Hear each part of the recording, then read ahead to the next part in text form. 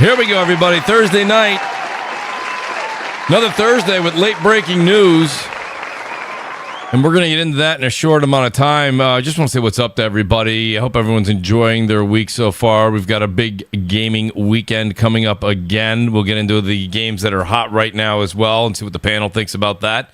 But shout out to Silver Wolf. Welcome to the Mooch Maniac family member, everybody. I appreciate that, Silver. What Silver did that I always recommend all of you at least consider is right above that fantastic description right there is the join button. If you hit that button, you become part of the family, and it really does help. These games, there's so many games, so it does help. It really helps. That being said, please hit that like button, tweet it out, share it out, repost it now, as they say on X. Let people know that we are live here in New York. And, you know, I got to tell you, we got a great panel for you. We got a few people joining us a little bit later in the hour. But I was on the great Brap podcast last night. That shout out to Brap, Basement Radio Arcade Podcast. That's Wednesdays, usually at 9 p.m. We went at 7 p.m. for Mooch because 9 p.m., that can get a little late. Nonetheless, you guys know that. But I will say, you know, Brap's got some great intro music. And shout out to Lazy. He's got a longer name, but he goes by Lazy. Shout out to Lazy. He did a lot of the artwork for my Twitch channel. And he says, Mooch, you got to have some intro music. I'm going to have to get a hold of Lazy, but I'm going to need a little bit of intro music like I have on the Twitch channel because I don't have anything over here when we start. But without further ado, guys, as you guys hit all those buttons that are right in front of you, let me start with this great panel, the Great Basement Radio Arcade Podcast. I can't even say that. It's not Brap anymore. It's Coach. Coach is on the show. We've got him before the fall-winter break kicks off again for sports. Brap, you also said you got something to share with the audience, buddy. How you doing tonight? First, I'm doing great. Second of all, long time no see, Mooch. I know. 24 hours, Long Brap. time no see. 24 hours. Feels like it's been a month. That's funny. Yes. Look, I do have I have some good news. I have some bad news. So Okay. which? Well, listen. I got news for you. Life's short, so I always take the good news first. All right. So Thank you. The good news is that after sleeping on it, I purchased Arc Raiders. Yes, this is fantastic news. There's nothing bad about anything left to come. Oh yeah, no, you guys, I tell you, the excitement from Woolley, from you. I told Woolley, I said, Woolley, you should be working for really should. a developer. Like, you really should. Like you almost have to go back to love the game. You got to go back to last night's show and put sponsored on your podcast. No one's going to believe you otherwise. I mean, Woolley should have his own Twitch channel. He should have a YouTube channel. He should be streaming. He knows this game inside and out. I think he's got an Arc tattoo. I mean, not sure. He might have an Arc tattoo. Yeah, possibly on his lower back, maybe. Oh, maybe. I was hoping in his arm, but nonetheless. Yeah, Please. Exactly. What's the bad news then? Well, the bad news is basketball starts next week, and practices are at 7:30 on Thursday. Thursday nights on NBC. So Coach, fantastic. Coach is going to be on the he's going to be at the on the hardwood. All right. On Thursday. But it may be a scenario, Mooch, while I dial in from my phone again. That's all right. Listen, I got to be honest with you. Getting you on location is better than not getting you at all, buddy. It's fantastic to have you here. I appreciate that. No, it's great to be here. Great to have you on Brap. Pardon me. I was on Brap. You on CrossFire, buddy. Great to have you back in CrossFire. We'll enjoy this week while we have you for the full 2 hours. But Brap, thank you so much. The great Death Singer, everybody. Death Singer and I were having a great conversation that we've added to the list of topics. You know, I give these guys 12 topics. We usually get to 3 of them. But Death Singer, we will get yours in there because I know you're very, very hot on this one. But how you doing today, buddy? I'm doing absolutely amazing. Europa Universalis 5 dropped, and it is Spreadsheet the game, which is fantastic. Like, people are already complaining it's too complicated, too in-depth, unapproachable, not good for beginners, which means the world is healing because they try to make it more noob-friendly. We don't want that. We want, basically, when you start that game, before you even press unpause for the game to start ticking through, I'm in the menu for 4 hours just reading. What does this button do? What does that do? What does this do? Right. And then you have to go 5 deep into menus. Like, open one, into another, into another, into another, and then you have charts, you have pie charts, you have, this is your entire economy, this is everything. It's just fantastic. Like, I am pretty sure you could get any hardcore Europa player and he'll be able to manage a country. Because you literally have to manage it. down to the very population, the laws, the taxes, the trade. Like you have to do the stock market, you have to do inflation. My God, Like, sounds like a homework assignment. It's a whole management. It is deep management, and that's why I like it. So shout out to that game. We're back. Well, great to have you, Dead Singer, and I'm glad that you like those types of games because at least it brings a little bit of that diversity to the panel in different types of games that are out there. It's fantastic, Dead Singer. So great to have you here. Here he is, right from work himself. I hope he at least got some dinner. The great Slow-Mo Backslap is back on the show. Slow-Mo, it's been way too long, but I know that scheduling and everything that's going on right now, we're going to be entering the holidays shortly. Slow-Mo, how you doing, buddy? I have not had dinner, so I may be a bit surly, just a little bit. But, well, listen, I'm good, man. If you got to run away for 15 minutes and make a plate, please do, Slow-Mo. I understand. I'm getting home later myself, so I understand that. Believe me. But it's great to have you here, Slow-Mo, and I know you got a lot to say on this week's topics. Believe me.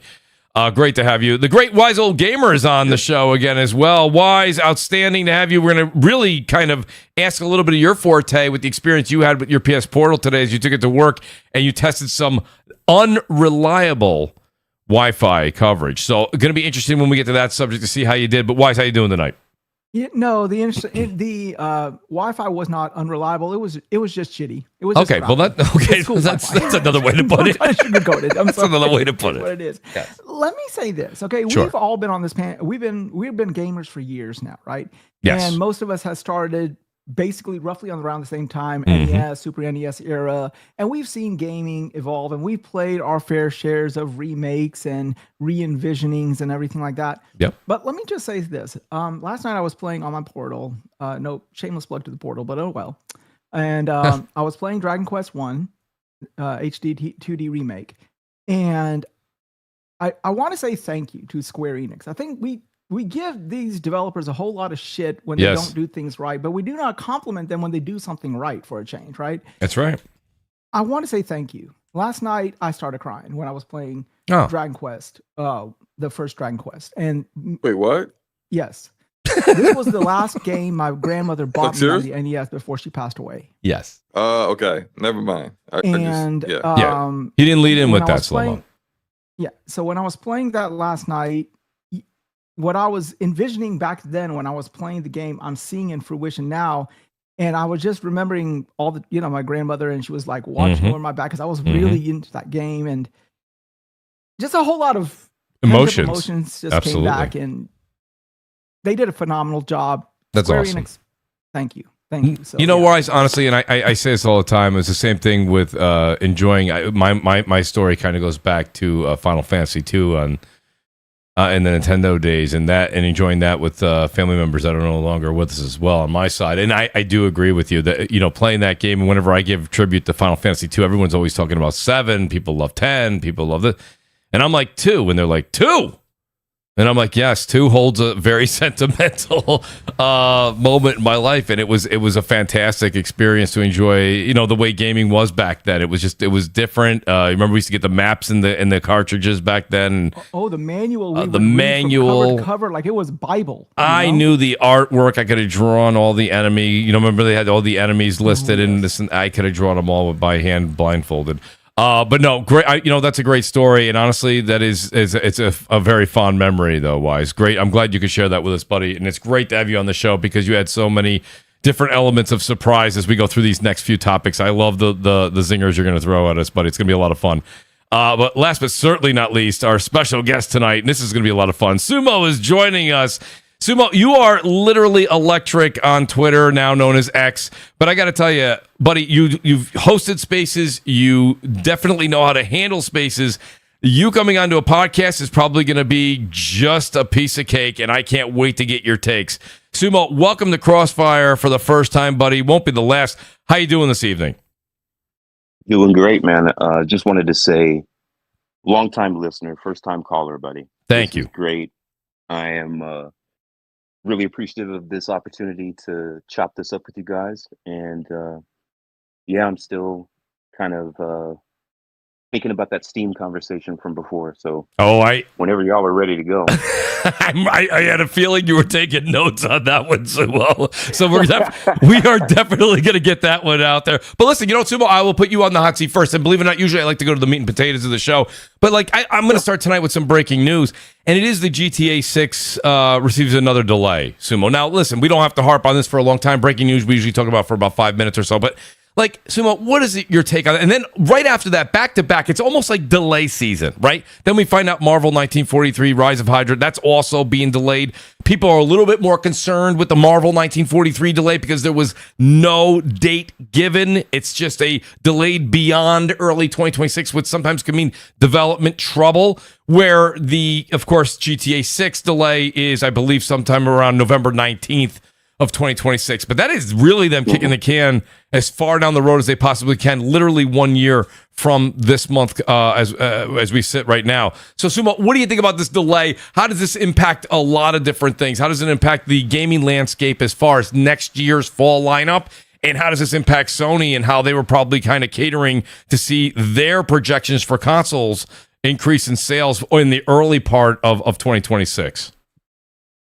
I think firstly, I think we're going to see more delays as the days and weeks go on. The Marvel was just kind of like the first. I think GTA delaying is that first domino.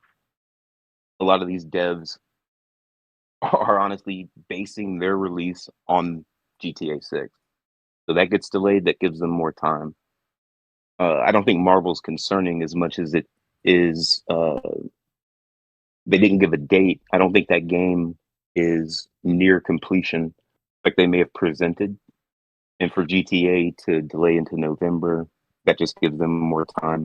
But it will likely be later in the year as well. Only thing Sony has is Wolverine. Yeah, and they're probably... I think that's enough to ride, hopefully.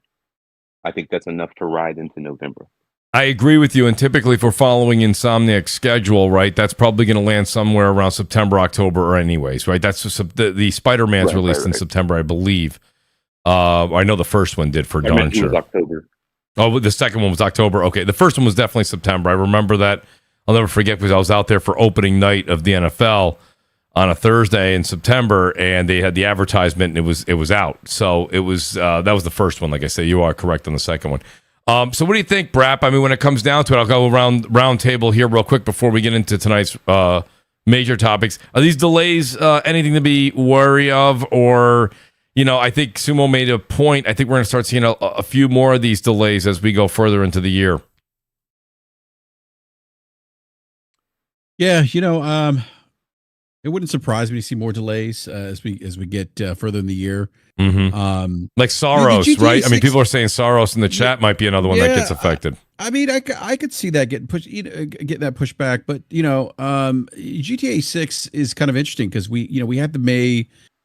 It's been delayed. It was delayed till May of 2026. Now it's delayed again till November 2026. I always thought that May was kind of an interesting release date for them because if I'm not mistaken, I believe the last GTA, maybe previous GTAs, released in that that Q4 timeframe. I think I'd have to go back and pull the thread on that. It's what a better time, I guess, to release a game in the holidays. It's gonna sell gangbusters, And I'll say this: I'd rather them take the time to let this thing bake a little bit in the oven, optimize it. We always talk about games releasing, early and not being, well optimized or buggy, and and then there's a price tag of $70 to contend with, and so while I'm kind of disappointed, I was looking forward to playing this game in May. For me, at least as a gamer, the plus side is that it opens up the Q2 for me in terms of the games that I'll be playing. So I'll take that. And now my Q4 in 2026 is going to be primarily focused on GTA. So. Well, I how many times are we going to say? So here's the thing: I'm seeing some people say if it's that late, Xbox should probably launch their console at the end of next year and rush that. I see a lot of the Xbox fans saying that. I mean, that's kind of like maybe a bit ridiculous, but at the same time, does this? How many times can you kick this thing down the road before we go? Oh, it's just going to be. It doesn't matter what they do. It doesn't matter what they do. Is there a problem here? I mean, this is a full year delay for this point. At this point, right? You can't look at it just from May. This is supposed to come out this holiday, correct? The original date, and then they went to May, and now we're into November. If it's even delayed again, at that point, are they having technical issues, or is this more of a financial, tactical approach they're taking? Because we say Rockstar, we say rock gods, right? We're always giving them all this credit, but this is a year delay. It is a very big game. I understand that. But when you're talking about $1 billion, $2 billion going into it, this many people working on it, the best of the best of the best in the business with honors, at that point, I have to kind of say to you guys, is there a problem over there? I mean, to be fair, go on, Slomo. Go ahead. Yeah, I was gonna say I don't really think it's a problem. I just think it's just their process. Like Rockstar doesn't really have like deadlines. They take forever to make a game. The last GTA came out 2 generations ago. Take-Two has, when it comes to Rockstar, when it comes to Ken Levine, there's just certain creators or certain studios that just don't really have the same kind of restraints that other developers have. And so for them, if they just feel like, there's more that we want to put into this, or there's more that we're adding that isn't going to be ready by whatever the date was, what was it, May or April last year, then it is what it is. Like they'll keep pushing it back, knowing that they're going to make all their money back and then some within a week or two. They put a gazillion dollars into this thing, and they're going to make a gazillion dollars times that. Once it finally comes out, because this is a game that kind of like transcends just gamers. You get your casuals, they're going to look into it. You got your people who barely play any games are going to play it. It's going to hit national news media kind of stuff. Like this game is going to do big numbers. So they don't really care about like delaying again. I actually never even believed the first release date that they had for early next year. I was like, nah, it's going to get delayed. It just didn't seem like what Rockstar would typically and Take-Two would typically do to release in that time frame. So I've had this conversation. Detzinger, I want to hear your opinion on this. I'll be honest with you guys. You guys can all give me all the slack you want to give me, but I really did think May was going to be the date it released. I said this is a team There's no way they were going to release that game in May. Why? Why was May so ridiculous? Because this is a business. This is probably going to be the biggest entertainment drop of the 2020s. Okay. Everyone knows this. Yeah, I agree. Not only does Rockstar know this, EA knows this, Microsoft knows this, Sony knows this, even freaking Nintendo knows this. Right. There was no way in hell this thing was going to come before the holiday season, whichever year it launched. Now, as for the delay, I'll tell you why it's being delayed. Because, as Slomo said earlier, it's catering towards a whole group, basically everybody, not just us. People like us, we would tolerate a buggy game if it gets eventually fixed. But with all of the eyes that are going to be on this game, especially the audience they're trying to cater to, the GTA Online audience, that audience does not have any threshold for buggy messes. So they got to make sure that this game comes out flawless because, as Slomo said, there's going to be national buzz on this game. So they cannot do what, like, for example, a CD Projekt Red on this. They have to make sure this comes out damn near perfect. Tetzinger, I'll let you go ahead, and then I want to hear what you got to say. Their fiscal year begins in April, and the previous release date wasn't that like May or something. So like delaying it to November still has it in the same fiscal year for Take-Two. So it's as long as their investors are concerned, just as long as it comes out in the time frame in the fiscal year that it was supposed to come out, then they're fine. So like I don't really think the delay. I expected it to be delayed, but I don't expect it to get delayed beyond November 19th at this point. The generic. You also have Rockstar got the cushion from Take-Two. I mean, you have parent company, right? Take-Two. They've got 2K. They had some successes with Mafia, Borderlands, as well as the sports. They have the flexibility to move that release date as they see fit. Most of the GTAs usually release in like October, September anyway.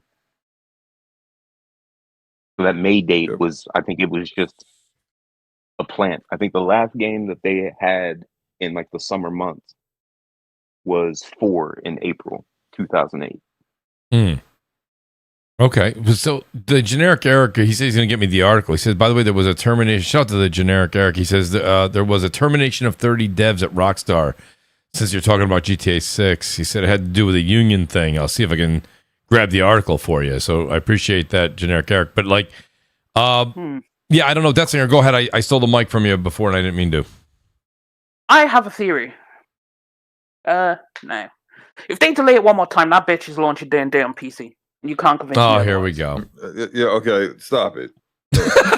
I know it's enough, but hey, man, it actually they might look around. Every delay delays the release on PC. That's just going. I know. Yeah, I know. It's so wait, tragic. So Sumo, so I want Sumo to know that I strategically I need Slow-Mo on here. He'll governor Death Singer a bit tonight for you, Sumo. Otherwise. So no, because Slow-Mo and Death Singer. I'm a buffer. I'm a buffer tonight. You are Slow-Mo because you guys were both. Shout out to Luca. You guys were on Scumcast together, and you guys were great. And whenever something happens, Slow-Mo will go, stop that right there, hold it, wait, just stop. Every now and then you gotta rein it in. Rein that in there a little bit. The Death Singer cat, you just gotta be like, stop it right there. Just hold on. Don't get me wrong. I love it, Death Singer. I love that you say it on the air, but it is great sometimes. I mean, the moment they've worked out the monetization, GTA 6 will be on PC. The thing is, though, even if it does launch the time period, if it ain't 60 FPS, I'll just wait. That's so they need to, hopefully they get their shit. Maybe this is what the delay is about. They're gonna get 60 FPS.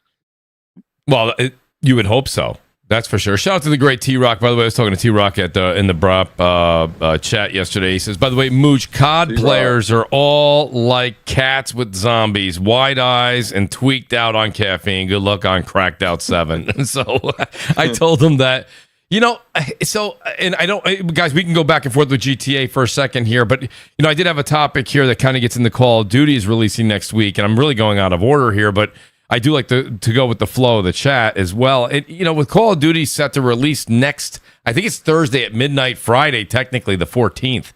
What do you guys think? I mean, I went ahead and shout out to the great James Vincent, who's probably listening to the show. Time. It is a weird time. It's very weird. But I think Slow-Mo, I think they may have done it because I bet you they launch, and I bet you they throw a free weekend in, a free multiplayer weekend where they let you play limited amounts of the multiplayer. You know what I mean?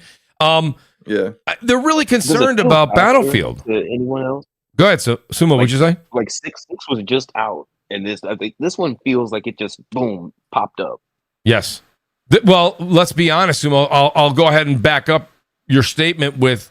It seems like that with almost everything Microsoft owns right now. Everything just comes like the Outer Worlds didn't get a whole lot of love and advertisement and push, right? All these games just come out and it's like, yeah, there it is. Here it is. It's like that other side of the sword, right? There was the complaints, hey man, they don't have no games. Hey, there's no games, all that bullshit. And then they have so many that they can't even market all of them. They really can't. They really can't. And they also tried the whole grassroots thing, which fell apart. And they don't even do that anymore. I don't know. I don't know what's going on. I mean, here's what I strategically. COD deserves different. Like, right. I don't agree with them not marketing games. Like I enjoy Pentiment. You're right. I know a lot of people. Is a different beast. Yes. Yeah, but COD's a different beast. Like COD needs like its own marketing budget outside of like everything else that you're doing. And tweets are free. Like your Xbox account, yes. I think their X account on the Xbox account on X, good grief, is like got at least 1 million followers to it. And if you look at it, I've seen this so many different times because I enjoy Obsidian games. But it's funny how I'll see the Obsidian Twitter account tweeting about their games, but I rarely see the Xbox account tweeting about them. I recognize it with Pentiment. I've seen it with Avowed. I've seen it with the Outer Worlds too. And like, okay, you don't really promote your games like that, which off of free tweets, like you ain't paying for the bandwidth, per tweet. Like, what are we doing? But to not do that with Call of Duty seems odd to me. I'm not going to say like I pay attention to everything they do in marketing, but I can say I haven't really seen too much from Call of Duty. Recently, I followed their dev streams. They do them I would say not on a weekly basis, but I've been following the changes they've been making to the game since the beta, and I've really very positive on a lot of the things that they are implementing. I think the competition from Battlefield is partly the reason why that's the case, that they're finally listening to what the gamers have been saying. But it's one of those games that whether they market it or not, like the people know it's coming. Like the people who just like they're ready to go, to play this regardless. So the only thing that aggravates me is it takes competition, not the players, for them to do something. Yeah, it's always like that. Like people have been saying your skill-based matchmaking is too strict. It's freaking ridiculous. Can you do something about this? And they just lied for years. Oh, it's not. Look, if we loosen the skill-based matchmaking, you all would quit because you would just get curb stomped by all the crackheads. And it's just like, that's not true. It wasn't like that before you went crazy on skill-based matchmaking. Then they get competition from Battlefield, and then in the middle of the beta, literally the beta had been going for like 2 days, and then they go, hey, we're just going to do this open mosh pit playlist. There's no skill-based matchmaking in it. Just try it out. Literally everyone plays it. We love it. Then they go, oh, okay, that's going to be the default for now. That's it. Yeah. It's crazy. It's crazy though. Sumo made a good point though. He said themselves. You'll take. Don't get me wrong. Competition does drive things to get better, but isn't that a damn shame when you're not listening to the customer? Imagine if you had a food shop, Slow-Mo, and somebody was telling you, I don't want anchovies on my pizza, and you're like, I'm sorry, but I make them all with anchovies, man. I'm so sorry. You don't really taste it. You won't really taste it. So it's like I don't get that. One of the biggest can't be a problems soup Nazi. Xbox has always had from day one has been their marketing for their games. Has been, apart from Halo, Gears, and Forza, they have all of their other games they treat as if they're an expendable product. And like, for example, as Sloan said, I'm also a huge Obsidian fan. I thought Avowed was great. I thought even the Outer Worlds 2 was great, but there was no buzz whatsoever. Starfield, faulted for what it was, but it was a decent game. It wasn't like a clusterfuck. It was a good game. It wasn't a great game. It was a good game, but they never. It's not a generation-defining game as some people wanted it to be, but it's a good RPG. And that's where it didn't live up to the expectations that people had. Let games be games. I think Avowed was fantastic. I love that shit. But you see, the problem is they have so much Western development houses underneath their belt. They're not doing what they need to do to sort of, bring in that fan base and sort of control that fan base. They got all of these Western developers and all the people who are those fans of those games. Half the time, they don't even know where to go. They need to say, hey, this is the house of Western developed RPGs. And they don't do that. And that's been their fault from day one. And they've always put the Xbox brand out. They've always put Halo out. They've always put Gears. They've always put Forza. But they've never put any other game. And I think there's a problem with that. I think that, and it comes even from what the talking heads say, games are not important. No, games are important. Start putting your games in front of the player, because that's what we are. We are gamers. We don't play Xbox. We play the games on Xbox. So tell us what in the hell we're going to play besides Halo, Gears, and Forza. Well, to Wise's point, like it's really annoying because you have some of the best RPG studios, Western RPG studios on Earth, right? Some of them, and you don't like promote it as this could be a core part of what differentiates you from everyone else. You could say, we're the home of the Western RPG, title. And you'd be correct. Because PlayStation loves their JRPGs. Now, you could argue Nintendo is kind of, they do get probably more I don't know. It's a toss-up between PlayStation and Nintendo who gets the most JRPGs. But Xbox? Oh, they get fuck all JRPGs. Like, you get the odd one. But Singer, the beauty of it is, even though Nintendo might be getting more RPGs than PlayStation, the way PlayStation markets it, you don't think they are getting any less. Yeah, you wouldn't have thought so. But you see, it's like fantastic marketing, which is what PlayStation has. Nintendo has great marketing as well. Their Nintendo Directs are straight to the point. They deliver the message. This game's coming. Here's a date. Here's a da-da-da, and then it's done, right? And you're like, okay, cool, that's fine. And then PlayStation, their marketing spot on. Like, they'll put up the flyers. They'll put... Like, I always think back to Hogwarts Legacy. And when I was driving to back and from work, right, there's multiple, like, ad signs. And you'd see Hogwarts Legacy, and it'd just be PlayStation splashed all over the thing. There'd be no mention of other platforms. And they'd just have them all the way along the thing. You'd see no signs for anywhere else. And you would have swore down that was PlayStation exclusive, right? If you didn't know any better. So I was like, okay, yeah, great marketing. But Xbox, Well, this is interesting. So this is interesting, right? Because we were talking about, and again, I'm going out of order on my topics, but I do have to say that the Black Ops 7 thing is interesting. And I mean, listen, I'm probably going to grab that. I've had every Call of Duty since I think it came out on the 360, right? So my point being is, and again, I know we don't use this as a reference. So everybody in the chat, everybody on the panel, please take this with a grain of salt. But when I went and looked this up, it was according to data from, and I always say this wrong too. It's Alina. Is it Alina Analytics? ALINEA. Alina.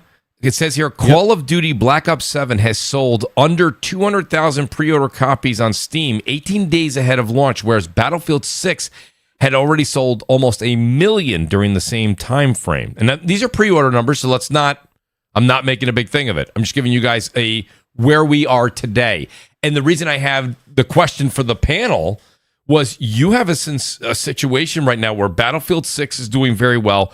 RedSec just came out for free, which is the Battle Royale for Battlefield 6. And then you have Arc Raiders. And we'll talk about Arc Raiders in a different light than I know a lot of people are just having a great time with it. I am one of those people, but I will tell you, we're not going to just go down, are you liking it? We're going to talk a little bit more about some of the other topics that have come up with Arc Raiders. But Sumo, when you see that you have an audience, right? I mean, let's be honest. It's not about, let's not even bring up money, Sumo. Let's talk about time. Okay, You're working. You have things to do. You have other things. Maybe you're in a hockey league. Maybe you're in a basketball league. Maybe you're in anything. It doesn't matter. Your kids are in sports. Your time is worth tons of money these days. How much time can you really devote? Now you already had. Let's say you love Arc Raiders. Let's say you're really enjoying RedSec, or you're enjoying Battlefield 6 multiplayer. Is this for the first time where they're going to feel that squeeze? In the Call of Duty, because when Call of Duty was first asked, a lot of the developers, remember, I know you keep up on all the articles, they were like, we're too big to worry about that. And I'm paraphrasing, but that was pretty much what they said. Do you think they're going to feel the squeeze this year? Absolutely. And if you look at what has traditionally come up against them, it hasn't been much, because it's typically hasn't existed or it's avoided. The Battlefields never reached that level. That's right. As good as they were. You have Call of Duty that relies on its name now. And that's just it. It relies on its name. Yeah. And it has. I mean, Battlefield had the advantage of people doubting it off the jump. And then they released the beta that literally blew people away. We're on Black Ops 7. Built up. I mean, it had to have put those devs, because shortly after that, the devs are now coming up. Hey, we're not going to have like Nicki Minaj and Butthead running around busting shots at Raphael and Peter Griffin and Seth Rogen. Right. You think by the way, they chose that. For you guys in the audience that are thinking we're making these names up, no, these are in the game. No, those are all skins that are in the game. Yeah. I don't want you to think we're making this up. It got really ridiculous with Black Ops 6. It was pretty. That's Slow-Mo. That's why it was pretty wild. That's why they lost me, Slow-Mo. I'm like, this isn't the Call of Duty I know and love or loved. I will say, Brap, we were talking about it last night on Brap, and I'll ask you, like on the show here, so this audience can hear it too. Like, the only thing I will say is I do think Battlefield 6 Battle Royale, the RedSec, which, by the way, they really should rename that. I think that needs a little bit more time in the oven. I think that's a good game, and I think they deserve the time, just like the Call of Duty folks have had their time and Ravens had their time to prepare. I would give this team just so it's not a critique like this is no good. I actually think it's fun, but I think it needs a little bit more time. A little bit more work needs to be done on it personally to just get a little bit more of that. The what do you want to say? The hitboxes, the TTK, everything just seems very, very a little off on the battle royale side of things. What do you think, Brap, when it comes down to it? And now you got Arc Raiders. I know a lot of you guys are going to say to me on the show, you're probably not going to buy Call of Duty. Now, if you're someone that never bought it, then I think you'll follow that trend. I think if you say I'm not going to buy it, around the holiday when that thing spikes down for, $50 on sale or something like that, you might end up making an impulse buy. But Brap, are you going to pick up Black Ops 7 at all? Yeah, I mean, I'm going to give it a run. I mean, I do have Game Pass PC, so that's right. I'll download it for quote unquote free. Yeah, I did enjoy the PC and my Xbox. Oh my goodness! I tell you, he dropped two bangers this generation. I actually really enjoyed the campaign for Black Ops 6. So I'll be picking up, probably playing campaign more. I mean, if you guys hop on, like if I can enjoyed slow-mo, Black Ops 6 campaign. I did, yes. I want to talk to you later about that. So the funny part about that, Sumo, you guys, Sumo, you've been listening for a long time. You know me, Crap used to go back and forth on this all the time. The last thing I was the only person that lit a match and started clapping when Black Ops 4 came out, and they're like, we're not having a campaign. I was like, who gives a shit? I didn't mind. I really don't care. I'm there for the multiplayer. I'm there. I'm basically using the multiplayer to load up my gun so that I can better myself in the Warzone matches. I have never, they're like, follow Captain Stu Nuts to the left, and it's like, you can't see anything. I can't see anything. I'm like, where is he? What's going on? And then you're just getting shot from the back, the left, the right. What is happening here? And, and you want to play it on veteran difficulty so you can get the trophies. But I'm like, what is this?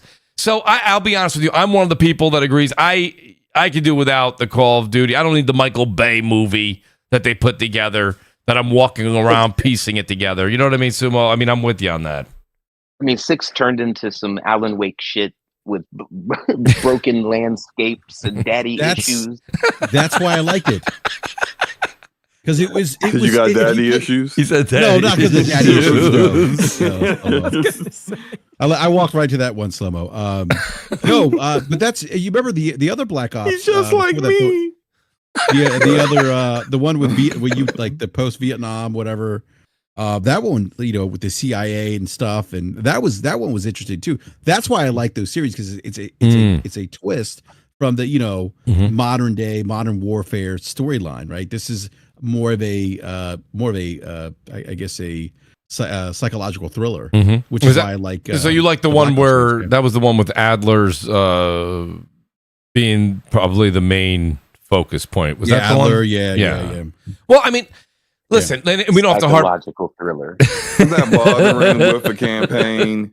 If there's no benefits or perks or anything that tie into the multiplayer, or other for a few years they were doing this thing where it's like if you play through the campaign, each chapter you complete it, it gave you another skin that you could use in multiplayer. Like, that's a good incentive to go play it. Or like a few years where they were staggered the release of everything to kind of like, because 2/3 of the Call of Duty community is playing Warzone, and then a good significant portion of that other third is playing multiplayer.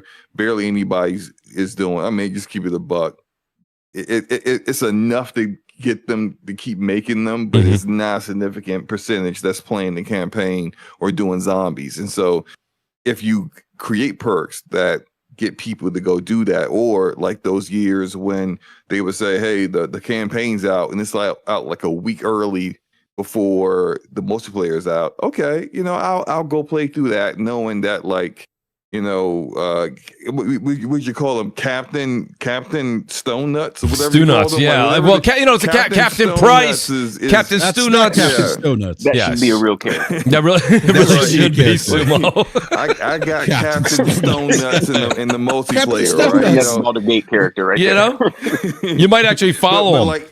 Yeah, Hey, go I- ahead. Don't make any of those benefits for me. I have zero need to do it. I mean, it's all the same stuff. Hey, Captain Stone, that's where we Yeah, gotta where go we over go, here yeah. to this Oh, come on, random, man. nondescript country that we're going to pretend isn't Russia. Right. And we're going to go shoot up all these people, Yes. blow everyone Yes. up. It's going to be Yes. all kind of explosions. It's going to be QTE events.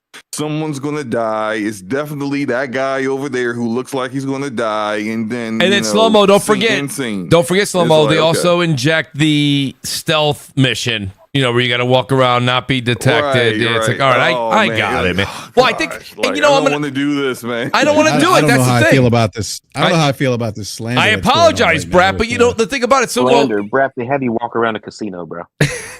Look, I like the casino mission. I like the You're like a casino bootleg mission. Jason Bourne.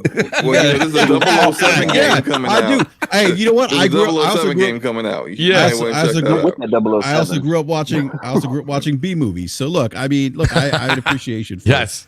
Yeah. I will say this though: if you're Brad, no, playing, you can't say B movie and then earlier you said psychological thriller. there's some bad psychological thrillers. Name a B movies. movie that's a psychological thriller. I don't know. I Dangerous can tell you the Dogs. I can tell you the horror one that I think of with Roddy Piper, but I wouldn't get to that one. I think they're among. They I Live. forget that. Thank name. You know what I was They thinking? live. You know- Thank you. Does Dallas Thank you, Dogs. Sumo. How's that? They live, but I was thinking scanners. No, they Oh live my with the gosh. sunglasses. You put these sunglasses on, you see these skeleton people. Yes. Yeah. I would say this. I want to warn anyone if you're on Black I know Ops so much 7, bullshit. if you're on Black Ops 7 and you're in a lobby and you happen to see slow-mo backslap, get the fuck out. Just run. It's not. Because It's slow-mo not even. to slow-mo Oh. when you play, let me tell you something. When you play with Anybody that slow-mo, says it's not, it's true. when you play with slow-mo, you are going to play like the elite of the elite, right? And this happens to me every time I play with slow-mo. I'll have a great run in Halo Infinite. I'm like, my KDR is like 3 point something. Slow-mo's like, hey, Brad, what's up? He's like, do you want to play? I'm like, sure, let's do this. Let's do like, team deathmatch. Slow-mo's like, bet. As soon as he says bet, it's done. We hop into a match and I'm getting smoked. He's And Slow-mo's walking around killing people, going on. All I hear is double kill, Hold on. triple Hold kill, on. running riot. And Slow-mo's got this evil laugh. Like it's that's going to be your experience. So just stay away from Hey, Slow-mo wait a minute. stuff. First off, my laugh is not like that. Like I don't know what that was, but like I would say this, for Black Ops 7's, benefit, like a positive for them. I did the beta. I did the open mosh pit with no skill-based match or very little skill-based matchmaking, as they said. It was a lot of fun. It's not going to be with like, oh, if I join you, I gotta deal with your lobby kind of deal. It's not going to be like that. So at least to that benefit, I would say, hey, you should play the multiplayer. Give it a shot. You might enjoy it this year. What I will say about Black Ops 7, the only thing that's like really going for me is zombies. Because they have Elena Siegman back. And if you've ever played like the original zombies, Black Ops zombies, Black Ops 2 zombies, she is a fantastic singer and she obviously metal soundtrack. And she confirms she's back on the project and she's doing the songs for it. So the soundtrack's just going to be fire, and they're reimagining Transit, which is I love that map, so I want to see how they reimagine a classic. And so I think, like, I'll play it through Game Pass and play zombies through Game Pass. Like, I'm not going to buy Black Ops 7, but I'll play some zombies. I won't touch the multiplayer because whatever. But I'll definitely play the zombies because they finally got this shit together. Because Black Ops 6. Want it. So there we go. You Yeah. don't get tired Mooch, of playing the same maps for like 20 years? Well, that's the other thing I was going to say. Sumo, you made a point about 10 minutes ago, and I think we kind of walked over it. And whether we're talking about the maps that they keep giving us that are just copy paste, or it's the same scenarios that we keep getting in the single player that are copy paste. We just gave 3 different scenarios, whether it's the casino or you're walking around and you have to get the senator's wife that thing to get her to tell you something, or it's that time you're with Adler and you're in that one, you're pretending to be in that Russian office and you have to find the files. It's such copy paste over and over again. What about being a DC, Slow-mo? Like you played the campaign, you got to go to Union Station. That was cool, right? I mean, I guess. I mean, I just don't care about these stories in the can. I do not care. I just want to shoot other like actual players in the face. That's just what I want. Just and I get Lomo, that's more my thing. But you're an angry man. But they used to have campaigns that were kind of cool though, Slow-Mo. Like, what was the one with the Mexican shit? You know, like Advanced Warfare? Advanced Warfare, right? Advanced? Or that one, the advanced one. Was that the one in space? Yes. Yeah. That campaign was cool. I'm talking about the one with Kevin Spacey. But it got so much Kevin Spacey backlash. one. Wasn't that it got so much backlash from the Call of Duty community that they were just like, all right, I guess we ain't gonna do that again. Like that. You know, it's just they didn't like it. No. Yeah. No, they paid him. I think they paid him $20 or $25 million to do that. I heard. I think that was what was reported back in the day. That was the one that said, "Press F to mourn." Right? That's still a meme. I think. I don't know. There were some missteps, right? But you can still pick a door up. You can still rip a door off and use it as a shield and that shit. So I gave it a pass for the. Man. So let's. I'll take this conversation and just kind of move it over before we get into like a lot of the big news. Is so I think it was Shroud. I think it was him. I shouldn't call out a name if I'm not sure 100%, but I thought it was him. And he made a point. I mean, he's primarily a multi. He was right. It was he's a primarily multiplayer streamer, right? And he said, he made a big push. And I think he was being quite honest, and he gave his honest opinion. He said, I think Arc Raiders should win Game of the Year. And Death Singer. So you saw it. Did he say And let's not just assume we're going to give it to Expedition 33. Let's get Ark in there. Did he say something to that extent? Well, and I quote, the thing is, it's like he didn't open it. The headline is trash because he didn't actually say, "Oh, make sure Expedition 33 doesn't win." No. What he said was, everyone go out and vote for Arc Raiders. We are multiplayer-only gamers, and we are in the minority. Don't let the single-player games win. Oh, okay. Everyone go out and vote for the multiplayer game. So he was coming from that. So completely out of touch with reality. What? Yeah. Uh-huh. Can I say something about Expedition 33? Yeah. We're in the minority. Multiplayer gamers are in the minority. What are the biggest games in the world? Game of the They're year. the biggest service games on the planet are multiplayer, but whatever. Boy, right. And just wow. Like I get it, like when it comes to like awards, they don't get too many awards, and that's not right. Like I think everyone should get a fair shake. Every genre of a kind of game. I think some races should get a fair shake. Horror games are overlooked. But I mean, you could apply it to every genre. You know what I mean? It's right. Just stop. But the whole idea, he's like, go vote. I'm like, I don't know if he's talking about the video game awards, Jeff Keighley's video game awards. Yeah, I'm not sure. Like, the vote that us gamers have is such a small percentage compared to the actual voters that you could vote to your heart's content. Vote as much as you want.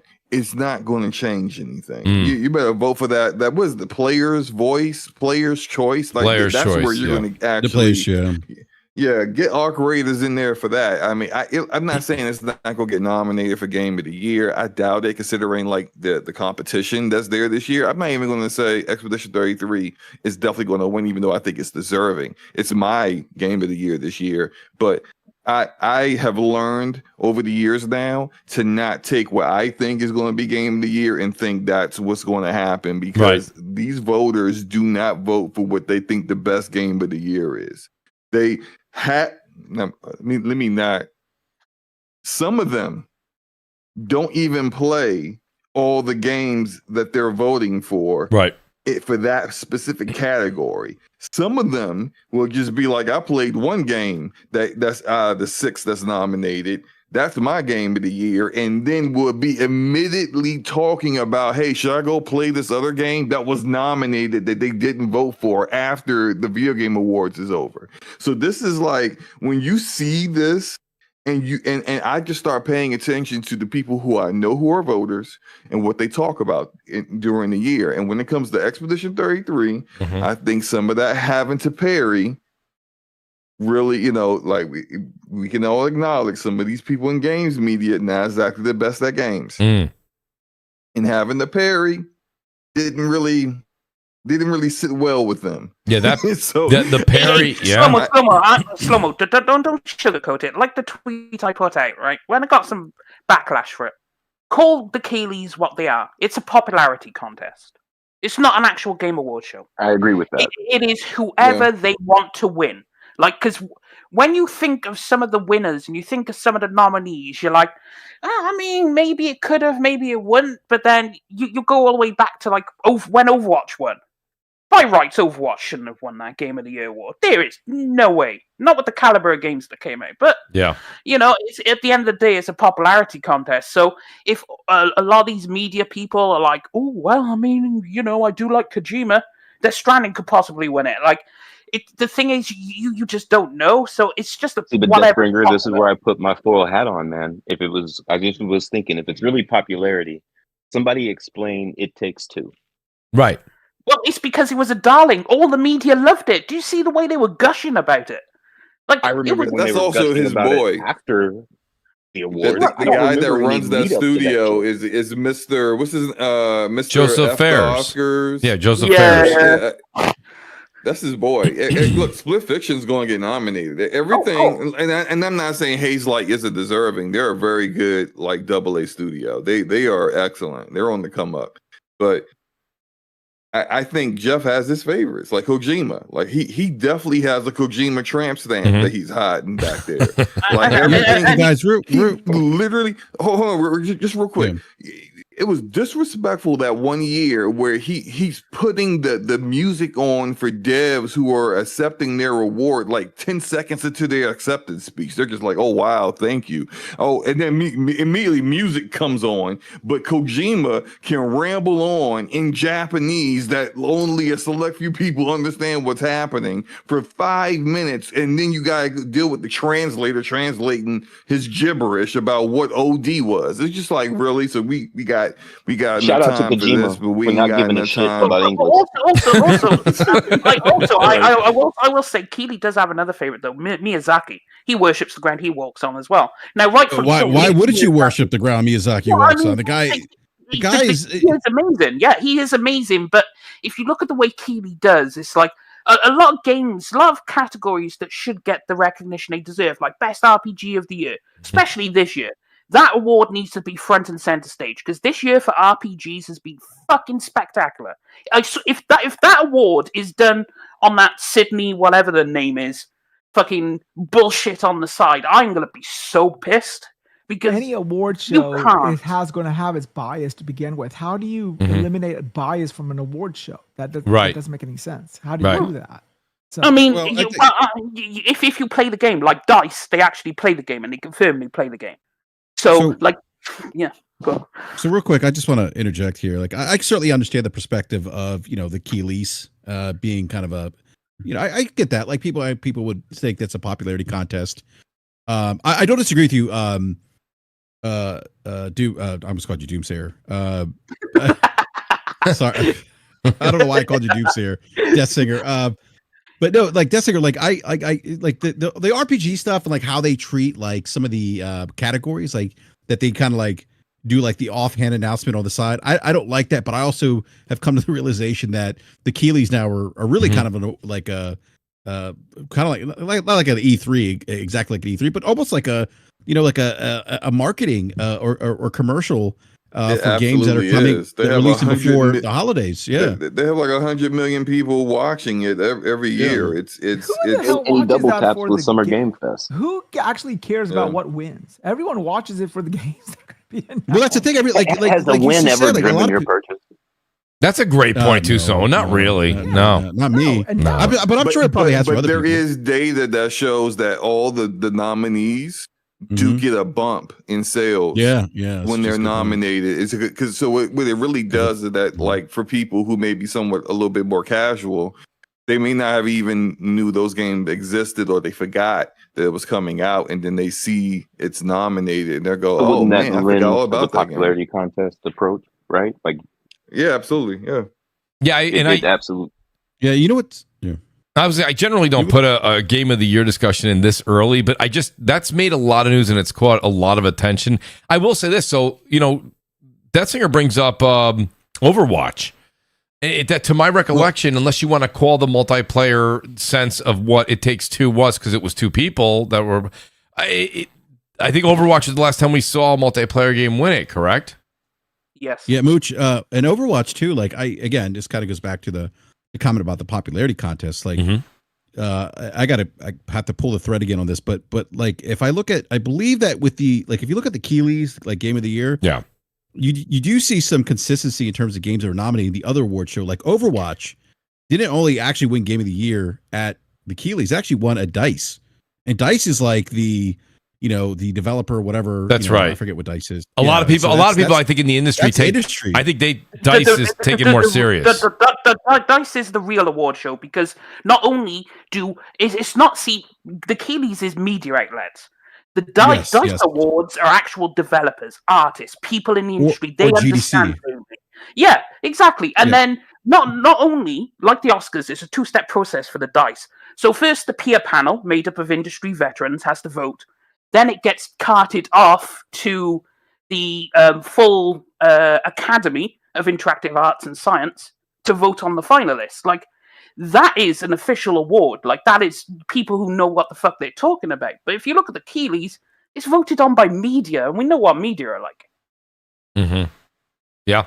No, it's a good point. I think when it comes down to it at the end of the day, I think a lot of people already say, so Split Fiction, I think you're looking, do you guys, let me just put it this way. You don't have to say who's going to win or what your opinion is. It's way too early, but is Ark going to get a nominee? For Game of the Year, I probably would say probably not. I can see that. Not Game of the Year multiplayer. I'm gonna say no. No. I can see this year is pretty. I mean, it's I'm going to say no. Competitive year. Yeah, this year's too stacked for that to get in because, like, you have to throw like Death Stranded 2 in there, then you have to throw probably Kingdom Come, then you have to Silk Song might fuck around and find out in there. Split Fiction, Hades 2. Then you got Hades 2. Then you also got Expedition 33. Now we're already at 6. Like, so who's don't do more than 6 for Keeley's show. So once you hit 6, and of course Donkey Kong Bonanza could get in there. So like, right, Nintendo always gets one. Like, so games are going to get snubbed at the end of the day. I don't disagree. Actually, I just pulled Metacritic Best Games of the Year for 2025 because what I found over the last couple of years is that the top games of Metacritic are typically the ones that are nominated for Game of the Year. I mean, Hades 2's up there, Expedition 33, Hollow Knight, Donkey Kong Bonanza. There's always gonna be that token Nintendo game in there. It's probably gonna be Donkey Kong. Split Fiction, for sure, which we talked about. Death Stranding is 89. Now, Arc Raiders is at 87 right now, Metacritic. So I mean, I don't know. So listen, I know you guys are all saying, and I understand that Joseph Fares is always a big turnout at every single one of the Game Awards, but I think if out of everything you just listed right there, I do think that Ark kind of slips in there. And I think that Split Fiction. I think Split Fiction is the one that gets bounced. Nope.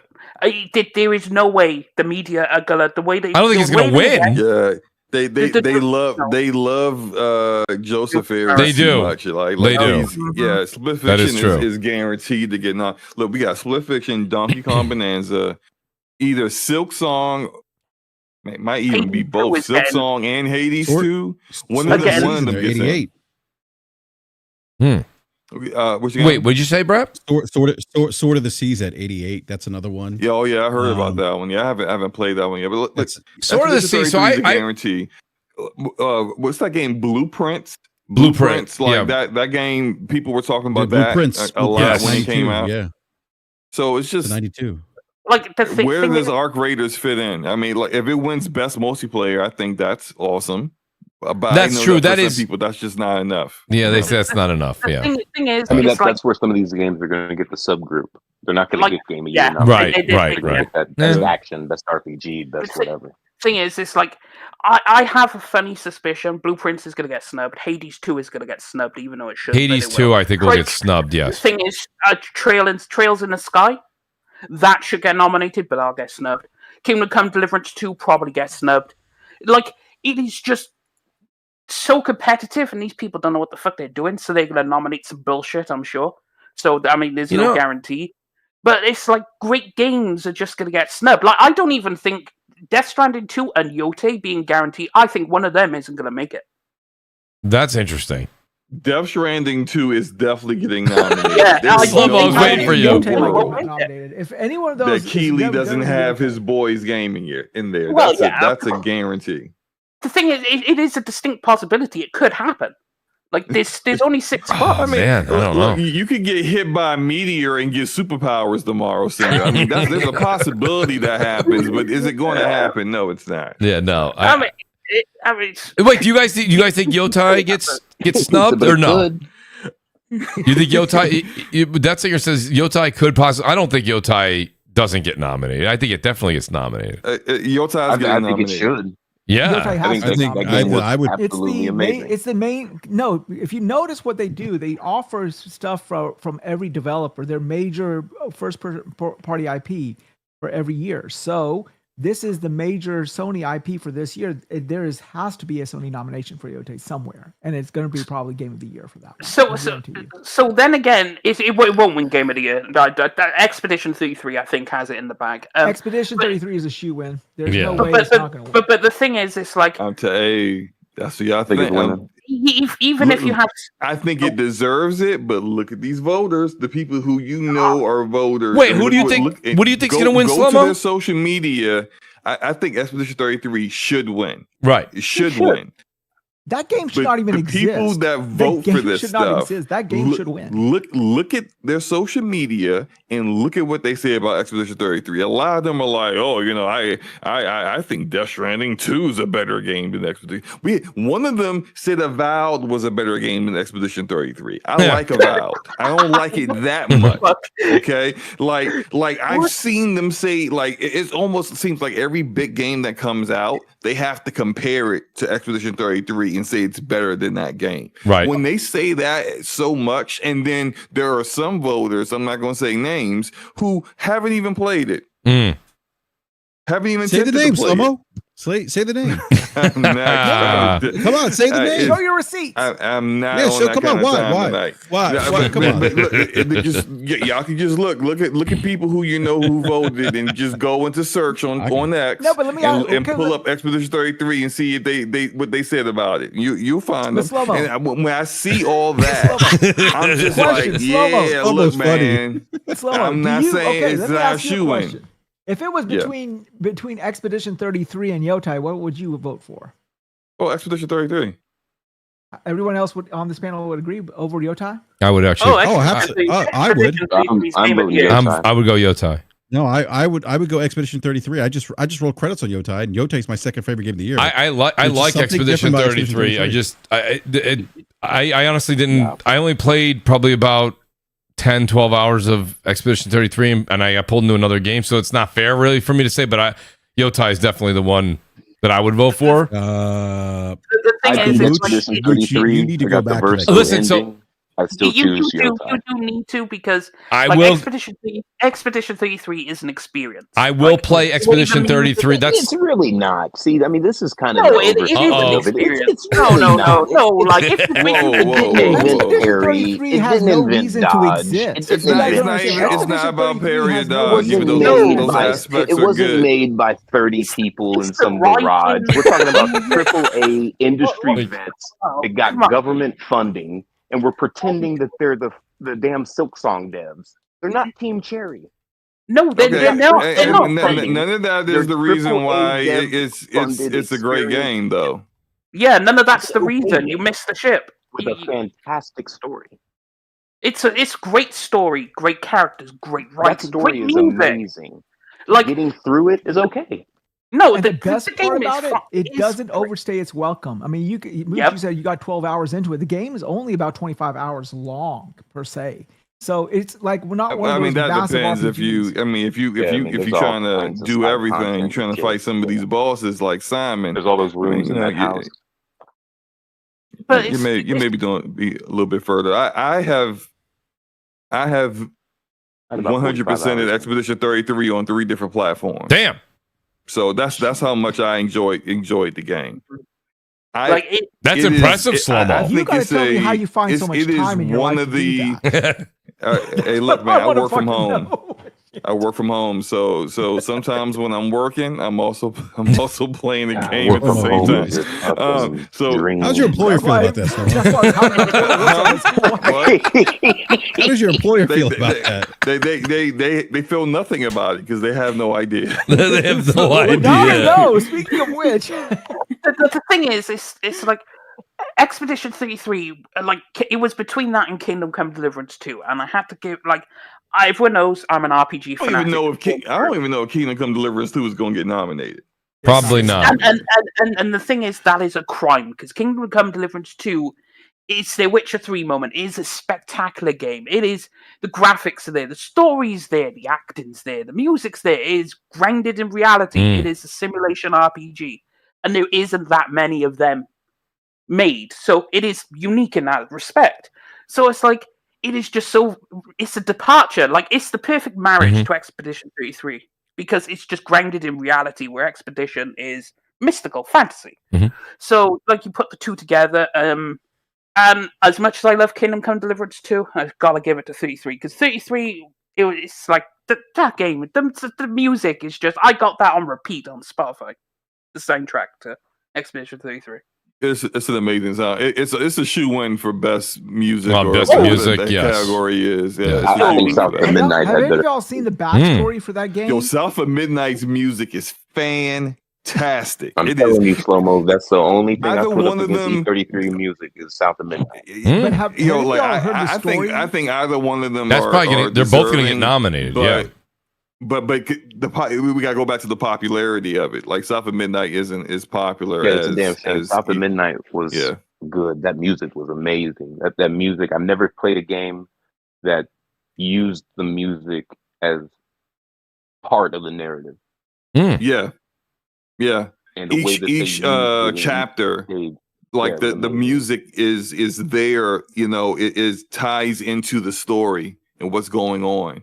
And it's very, very impactful. It's awesome music. Like, and you look at some of like the documentary stuff they did where they kind of talked about how they went to found people who were actual musicians who were, do that kind of music from that region of the world. And it's fantastic. It's really, really well done. I'll tell you, I think they're both deserving. So know the story behind Expedition 33 though. Have any of y'all watched that Skill Up interview? I did.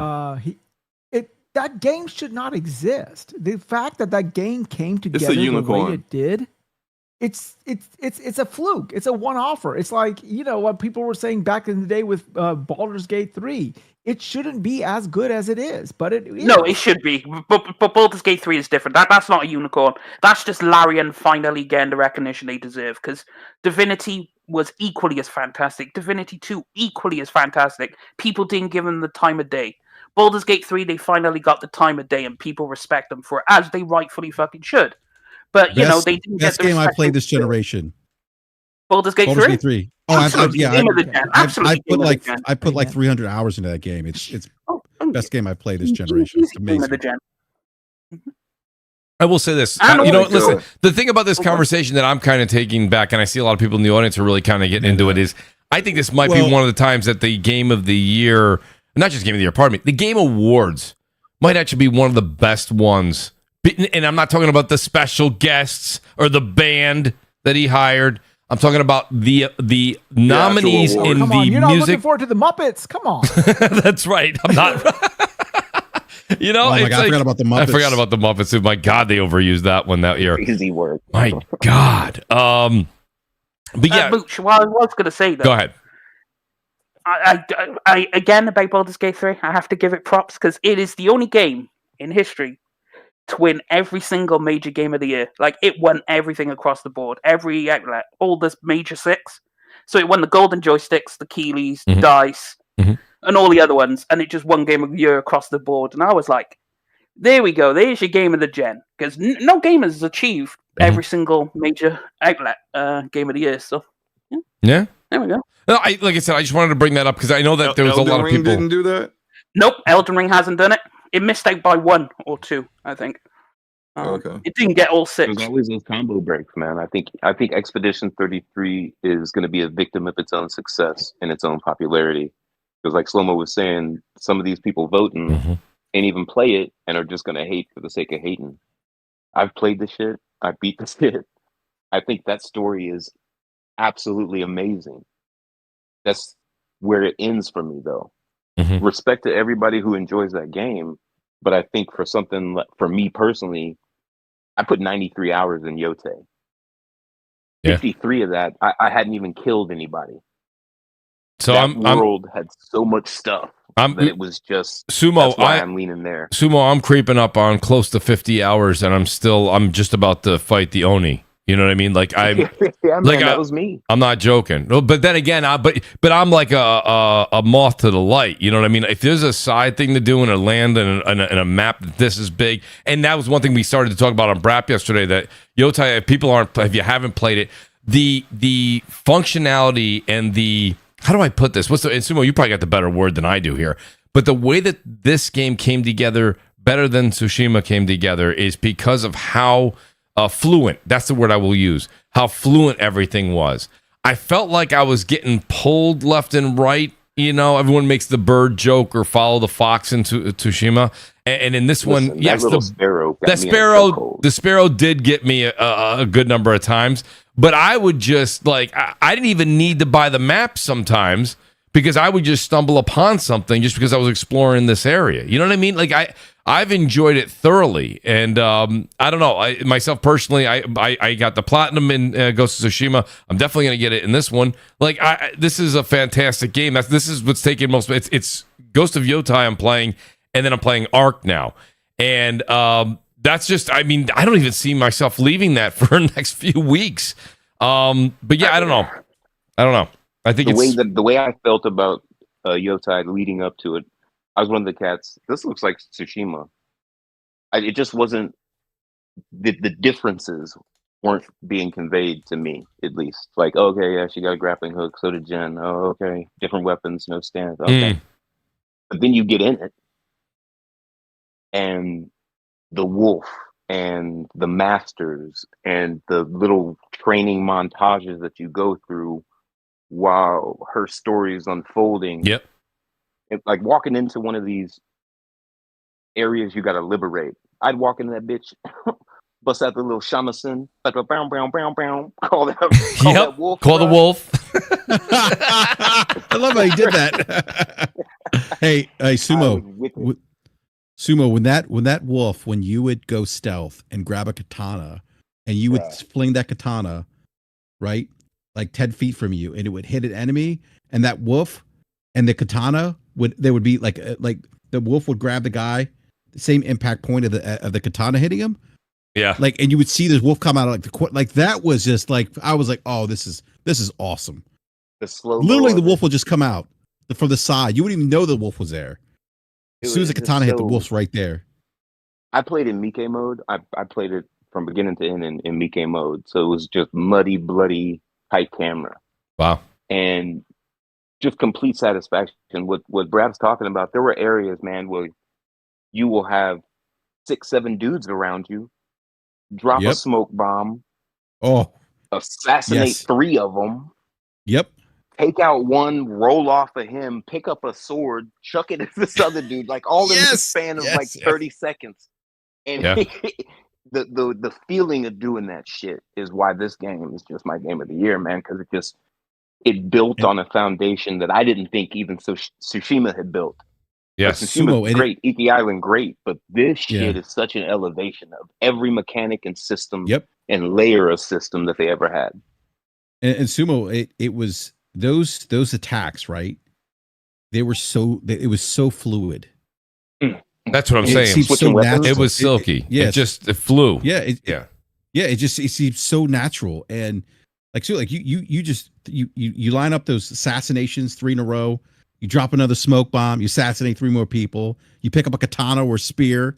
It's just, I mean, like it was such, like, the combat was so good, so good.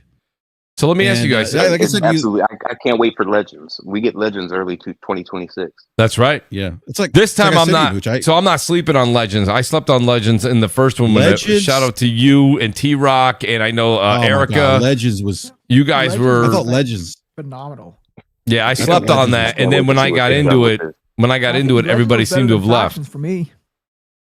But let me ask you guys. So since we're talking about Yotai and we're getting into that, I'll kind of get into one of the hotter topics here: the massive PlayStation Portal update. Because Mooch, yes, don't mean to interrupt you. I do have to run because I gotta eat dinner and then I gotta prep for my show. But okay, yeah, shoot! Shout out to Forte and you guys doing DPS. I didn't when I wrote you earlier. I thought you were doing DPS tomorrow. I apologize.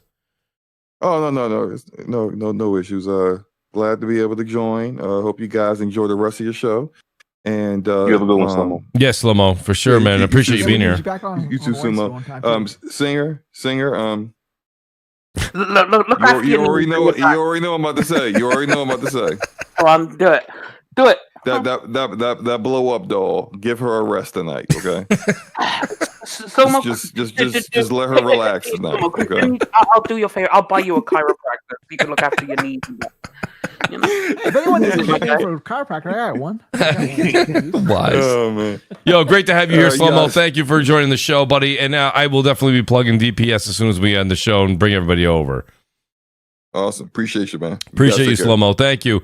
So let me ask you guys real quick with the whole PlayStation Portal. Listen, I was one of the first ones that came out, and I said I think for $199 for what it did, even back then, and the potential of what they were saying what it would be. Not that we knew it was going to be this. I'm not saying I was anywhere near calling what came out today, but here we are. So Sumo, I'll go to you here. Listen, I enjoy it, but listen, I'm not one of these people that you see takes a picture with my Portal at the airport, and then I take a picture of it when you go to Disneyland.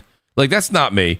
I'm literally, when the TV's being occupied, I like to have that device available, and I play it with generally in the house, in the backyard, and it works great. And it's like I said, I would not recommend you play Call of Duty, Battlefield, or Ark with it, but anything that I'm playing, I played Ghost of Yotai for about an hour on it this morning, and it works phenomenally. Now the update to be able to stream it. And stream your games. Of course, there's a little bit of this in the community that people are talking about what is behind the premium PS Plus premium package and what is available with remote play. Your digital, and guys, correct me if I'm wrong. I'm doing this off of memory.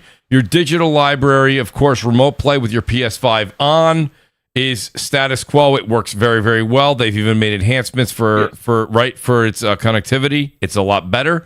And then what is behind the PlayStation Premium paywall, if you will, is if you do not want to use your PS5 and you want to stream your library or any games you want to do cloud streaming through that, or some of them are PS3 games, they're older games, those games will also come through that service. So Sumo, there's a lot to digest here. It's not just as easy as, yes, I like that. There's probably maybe aspects of it that you like. There's probably aspects of it maybe you don't like at all. But where are you on what happened with the Portal? Not only with the past 24 hours with the update, but pretty much the life of this device and this accessory. Man, it's one of those things that I think it surprised everybody, it being a success and selling as much as it has. Yes. I think there is still this kind of box that the community talks about this shit, and where, like, how many times did these CFOs and shit got to tell us like they don't care about hardware, they want monthly active users. That's right. That's going to drive monthly active users. Period. Point blank. And that's right. Also the direction they're going. And the reality is, the Portal has been a market test. All we did was give them research info. Yeah, there is viability in a portable. And they've set the visual bar at being PS5 games, PS4 games even. So for me, you have people that you can enter into this PlayStation ecosystem bullshit for $200 and $10 a month or whatever it is for their premium, $160 a year. For me, as an OG PlayStation cat, I think that their direction is clear, and I'm just waiting to end up in some Jurassic Park shit where you got my DNA in a cane, you bring me back in the year 3007 because we're dinosaurs, man. You know, so they're going that way. Listen, one thing we learn on the internet, right? Simone, you never say never and don't speak in absolutes. So I hear you. I think that, listen, I think inevitably you may be call in the future there, but I think right now, you know, one of the fastest growing, and Death Singer is going to love this. One of the fastest growing platforms is the PC, and the PC is hardware. You know, Yeah, so right. I mean, historically, people don't realize I don't see hardware going away anytime soon. I look at this just like an accessory, like we had accessories in the past, right? Like, did the Game Boy kill the NES? You know, no. We've had this type of stuff for a long time. I understand what Sumo's saying. With this is a little bit more technologically driven, and there's a little bit more going on behind the scenes here, for sure. So my example a moment ago is not apples for apples, but I'm just saying I don't know if it's necessarily, is that all they're going by? Because we've seen Mark Cerny doing his deep dive. He did one on his own. He did one with the AMD guys about PS6. There's a reason they partnered with AMD. What's that, Sumo? Why? PlayStation PC. They already have the logo, the brand, the market, the LLC. They already have it. For performance, that you would look at the performance of these PC games, you would think they're about to back out. They ain't making nothing. They're having to roll it into network and services so they can mask the L that they're taking. No, they doubled down. They increased or shortened release windows. I wouldn't be shocked if Wolverine launches 6 months after it does on PS5. And when they make a Linux box with a PlayStation logo on it and go the route that Steam is with Steam OS, and there's a PlayStation OS, that's when, you know, let's get in our little cages and wave at the tourists as they wave by, because it's over. Well, it is over. That's what I've been saying for a long time on the show, is that if they want to go that route, then the console's over. We have the blueprint from Microsoft. And they've already shown that they'll pivot. They gave a financial, like, did you see the bullshit interview with Herman and the CEO and the CFO sitting on some couch with some dude? We see no reason to do what Microsoft is doing.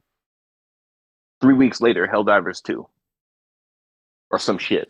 Listen, months. I know I'm gonna die on this hill alone, Sumo. I think that had a lot to do with the developer. They say that it wasn't, and it was Sony. That's like if I said, "Hey, Sumo, cover for me." I got to be honest with you, because you're not going to see. I don't think you're going to see God of War on Xbox. You're not going to see The Last of Us on Xbox. But why? Why would Sony not push back to these dudes, but they would Santa Monica? So I think this is a great conversation. By the way, I think it's an important conversation to have, because it's one that happens a lot on the internet and on different shows. But the economics of Helldivers much different than the economics of a single player game. Yeah, PlayStation, much like Nintendo, and I would look at Nintendo as like really like the old way, if you will, right?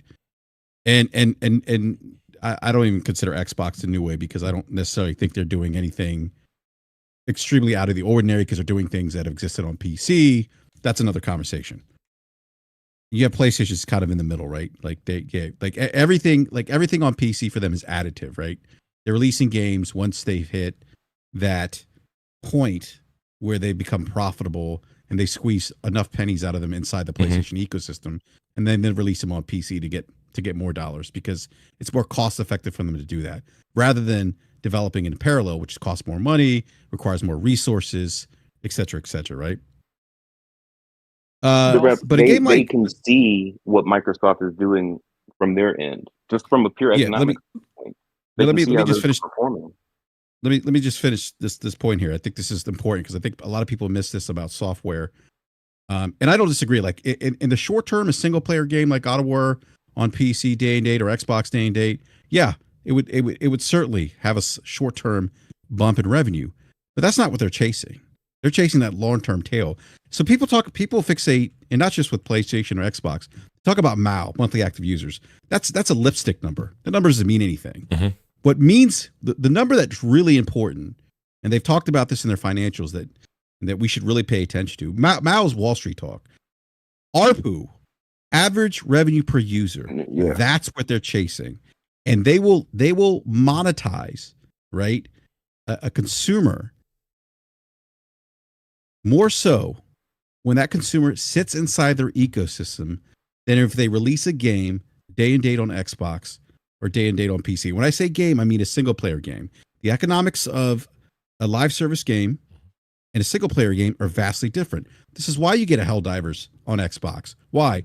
Because PlayStation can monetize you consistently and drive ARPU without you being inside the PlayStation ecosystem, because the economics of that game allow that behavior to happen, that dynamic to happen, right? What PlayStation's trying to do, and this is very kind of Apple-esque in a way, and what Nintendo does, is they try to drive you to their ecosystems, right? Because they want you to spend money inside their ecosystem, because that's more valuable. They start charging you more. That ARPU starts going up, right? This is why, like we talk about exclusivity and product differentiation, how those things drive ecosystem stickiness and drive people to the platform. Those are real things, right? Behavioral consumer inertia is real. It's a real thing. It's hard to get people out of ecosystems, right? So PlayStation is trying to leverage these exclusives, things like the PlayStation Portal. These are additive things, right? To charge people more money inside the ecosystem. They're going to leverage subscriptions to try to charge people more money in the ecosystems to drive up ARPU, right? So, yeah, I'm not saying that they'll never have a PC launcher or app on PC, a storefront launcher. Maybe they will in the future. I don't see them going the way of Xbox, though, they even came anytime soon. They actually even had the guts, and Sumo, you remember this. They even had the guts to come out and say, we were releasing these games staggered onto the PC because we want people to PC players to play these games, and then realize we don't want to wait. We want to go back and we'll buy. Shout out to Alf, who's in the chat here. He's a PC gamer. 90% PC gamer. He does have an Xbox, but he's a PC gamer. He just said, my God, Mooch, I'm watching you play. I'm watching Yotai right here and listening to the discussion. I don't know if I want to wait for this thing on PC. I'm thinking about maybe picking up a Pro. He just said that, and that was before this topic. So my point is the idea, listen, I know when I say that, and I know Death Singer right now, he's probably muted because he's probably laughing. A lot of the PC guys laugh at that, but that's what Sony said. Their intent from this was to get, like Brap said, to get you back into their ecosystem. Because that box is where they make their money. But you see, that's because it's the trickle down. I'm sorry, Wise. Let me just finish this point real quick. It's the trickle down effect. They want you. It's not about owning the PlayStation 5 console. It's about them owning you inside the PlayStation store, because that's where they get that 30% cut, right? That's where they get the 100% cut of software sold. That's where they sell you on DLC. That's where they start selling you the headsets, which I know you have a bunch of them, right? Yeah. That's when they start selling you the DualSense Edge controller or the DualSense controllers. Yep. That's when they start selling you the custom PlayStation 5s. That's when they upsell you on the PS5 Pro. I mean, all of this stuff, right? And this is why when people say, oh, well, you know what? Like, Yotai only sold like 5 million copies. It's a flop. Like, guys, it's much bigger than units sold of software.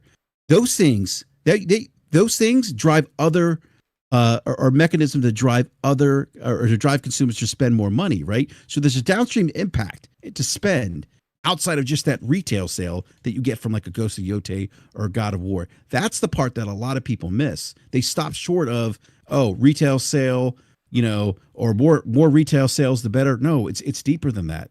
It feeds the entire ecosystem. It feeds that spend. And that's what Nintendo, PlayStation, even Apple to an extent, that's what they're after. Mm-hmm. So I'm sorry, I'm done ranting, but go ahead, Wise. Well, let me say this, and let me support you on what you're saying as well. And because I have investments in all three companies as well. And their business models are fundamentally different. And you would say that the PlayStation business model and the Nintendo business model are quite parallel because these are old Japanese models. And if you've never dealt with a Japanese company, you would know. If you ever dealt with them, you will know they are conservative to a point. Whereas Microsoft has never cared about the box. Okay, they've never, even from the OG Xbox days, the box was a means to an end. They didn't give it really a care about selling you the box. PlayStation and Nintendo, on the other hand, they want to sell you a box because when it comes to their investors, their old school investors, those Japanese investors who are investing with them, they're looking at the box sales. So they are making their investments based off of how quickly the box is sold. Like, for example, the Switch 2, they got 10 million units sold. They've upped their forecast. So their investors are going to invest more money with them. That is what they want. They make money off of all of these contents and services, but they more importantly, they want the investors to be putting in or funneling in more money into the corporation. That's where they really make their gains. And for Japanese companies, the box, the hardware is the key, because Sony is a hardware company. Nintendo is a hardware company. Microsoft, on the other hand, is not a hardware company. So they don't have any vested interest of keeping you on their box or any other box for that matter. They don't care. They just want to sell you the software. Hey, Mooch. Go ahead. Go ahead. The only box they care about is the Windows box. That's my only pushback on that. I think that the only box they give a shit about, that's why what they're talking about doing with this next gen is so disruptive, potentially for Sony, who is still trying to get you to buy a handheld, still trying to get you to buy a console. Mm-hmm. I think they want you to buy VR too. I don't know. Maybe they do. There's still these things that if they don't get in front of this shit, because like Wyatt said, Microsoft's a software company. If they crack the nut in this box that plays everything, what would stop anyone from going there?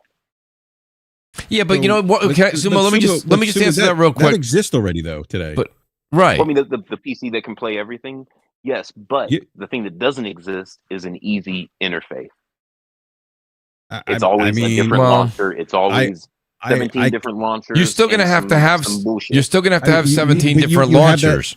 You're still gonna have to have that. Talking about a consolidated UI for all of that. Microsoft talks about a lot of stuff. Sumo, they talk about a lot of stuff. I know, believe you me, I know. I'm just saying. No, but we had this conversation. It's on the laurels of their hardware. They're going to get lost. They're going to get passed up. So Microsoft now doesn't have to focus on hardware. They can fuck over Sony, the PlayStation, not in a console war, just by eating it up with Windows. We used to have this conversation in the GameSpot forums 20-something years ago when the original Xbox launched, and we used to say this about Nintendo. Nintendo's done. They're archaic. They're going to get lost. Xbox going to eat their lunch. PlayStation's going to eat their lunch. And look at the success Nintendo has. And I bring that up as an example because I think there's something to be said for brand equity, brand identity, the consumer inertia that I just mentioned earlier. Again, I'm not saying that again. Never say never, right, Mooch? We always say never say never, right? But my only pushback, Brad, is look at the leadership of Nintendo and look at the leadership here in the West. There isn't that type of change. How many different leadership changes have there been at PlayStation and Xbox compared to Nintendo? Well, it's a completely different beast. And Nintendo has had the benefit of having an iconic mascot and a toy, being toy adjacent. Right, that the others have not been able to benefit from. I think those missteps and even the missteps of Nintendo, but it being able to recover off of having a singular goal, a singular strategy that didn't pivot and change with how the market did. They stuck to their laurels. They took L's with the Wii U. Yeah. Well, to say something that Mooch said earlier, he said, did the Game Boy end Nintendo, or did Game Boy finish off the Nintendo console? No, it did not, but it did massively hamstring that console because they were at that time developing for two separate consoles, the handheld and the main one. Now that is a non-issue, so that should not be a problem anymore. But that was what the Game Boy did because it was because of the Game Boy, I would say, that the N64, the GameCube, forget about the Wii, but the Wii U didn't sell because you had such a strong portable console that most of the gamers, the hardcore gamers of Nintendo, were like, okay, well, we're good with whatever this thing is doing. So it, so it did affect the console sales. But I don't think that's going to be a deal anymore because of parity. But yeah, the other thing too is, we talked about like a single launcher. Like you can do that on PC right now. I can go to NVIDIA and launch all my games from the NVIDIA app. They're all cataloged. I can optimize them there. Mm-hmm. It's basically kind of like what Xbox is doing. So like when I see these things, I'm like, yeah, okay, big deal. I still prefer to go to my Steam storefront.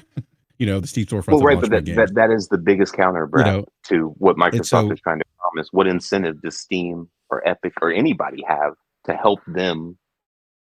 Steam manages your entire relationship with them, from reviews to purchases, to chats, to backups, to cloud saves, to everything. And Microsoft is saying, don't go to them, come to us. That's an uphill battle on skates. Yeah, but that is an uphill battle because again, you're fighting against that behavioral, that consumer inertia. Like it's hard to pull people away from ecosystems. Like I do want to pull the thread on this more, not on this show, but I suspect, and I wonder because and this goes back to what Phil Spencer said, we lost the most important console generation. I wonder if this applies to with PC launchers. Like you look at like the aggressive attack that Epic has waged on Steam. You can only get Fortnite on the Epic storefront. They give away free games. They're more publisher friendly in terms of their cut. And then like Steam is still they're still Steam is still like top dog. It did nothing. Yeah, so that's my point. Like that's the thing. But can I also take everybody into a time warp back to 2017, but really not 2017. I kind of want to bring you guys back to 2020 when the Xbox Series X and the Xbox Series S came out. And this same conversation, Sumo, was going on the show, and they're like, "Well, listen, man, and I'm filling in words that the future is listen. I have Netflix, I have AMC Plus, I have Disney Plus, and now Microsoft has a $300 box and an entry point at 250 to 350 games, and their big blockbusters are going to go in there day one, and it's $9.99 a month." And listen, I that's just where Sony's going to go, man. Like, that's just the way it's going to be. Like, Microsoft's using their strength in software to get us to a point to where it didn't work. All of that didn't work, though. That perception, though, everything that you said at that point in 2020 was valid. It was the management and the missteps of that org that put them in the position they were. The fact that we have an S and an X at all is mistake number one. Like, agreed. Is like not learning from past mistakes. Correct. And talking out of both sides of the mouth. Like Game Pass at a point was a value. I couldn't even argue it. I subscribed to it. I played all kinds of shit on it. But when you start going higher than Netflix for something that then you advertise Pigeon Simulator. Right. I don't know how that is going to be a draw. That's correct. I don't know how that isn't anything but that's your mandate. This is the price. You don't care. The thing about it, though, you have to pay. We don't care. We're not going to advertise anything. We got to get these games out. We made these purchases. Amy Hood has said there's a 30% mandate. That's right. Don't expect a friendly pro-consumer Xbox. I mean, I think $1,000. But $1,000. They have $1,000 handheld out there now. Listen, it's rumors, so take everything with a grain of salt during this conversation. But they're saying anywhere from, let's say, $1,200 to $1,500 for the Xbox. Like, we sit here and we say in one hand, cost is such an important thing. And you have people that were talking about the best value in gaming now have no problem paying $1,500, right? But why wouldn't you buy a PC at that point? Why wouldn't you buy a PC at that point? That is exactly the line. Draw. That's the line I'm walking on right there. Hey, Mooch, I agree with you. Two points to this. I think they will make a launcher eventually because, yes, they are. They might. They are getting some PC people to buy a PlayStation for the exclusives. But what you'll find is, they're in your storefront buying the exclusives, single player. they're not playing multiplayer games because they have a big ass fucking 5080 PC playing Call of Duty at like 300 FPS. They're not going to be playing multiplayer games on your console because why would you when you have a beast of a rig, right? So you do that, so you lock in, and I know quite a few people who do this. That like GOTY comes out, they'll be like, cool, playing GOTY. Beat it, guess what? They boot up Arc Raiders, where are they playing it on PC? They're not playing it on PlayStation. Because why would you? You're going to accept the suboptimal performance? Can I give you? But the thing is, though, Detsinger, and I say this all the time, a lot of people in the community, yes, for the people that you know in the community and Discord and everything else that listen to the podcast, and yeah, what you just said holds water. But everybody that works in my office, and that's a small census, so don't think I'm using my small census as the the rule of law. But they play Fortnite, they play Call of Duty. Now maybe they're being talked into like a Battlefield situation, but that's it. Like they don't. So to answer your question, when you said where are they going to play Arc Raiders, yes, they are actually going to play on their PlayStation because they don't have a PC. They have no interest in a PC. They don't want to deal with launchers. They don't want to deal with any of that stuff. They don't even know what we're talking about. Yeah, but I think you missed it from. I wasn't on about console-only players. I was on about PC players buying a PlayStation. All right, that's fair. That's fair. Yes, if you have a PC, yes, I agree with you. Yes. So, like most PC gamers, where would you play it? On the PlayStation or on your beast of a PC? Like 99 out of 100 times you're going to play on your PC. Because that's the other thing, though. But I have to just interrupt you there. Detsinger, me and you go back and forth on this, not weekly, but at least once a month. Is you said the word beastly PC. You are 24/7 surrounded by people in this community that have 4090s and up. Like no, some people don't have that. Yeah, but when you talk about the majority of people, there are a lot of people that have a PC at home that's weaker than a PS5 Pro. So again, it doesn't. They may play those games on PS5 Pro. Do you know what I mean? Like that's what. Here's the thing. Everyone just looks at the GPU on the GPU side of Steam charts, right? Thing is, PC isn't a GPU.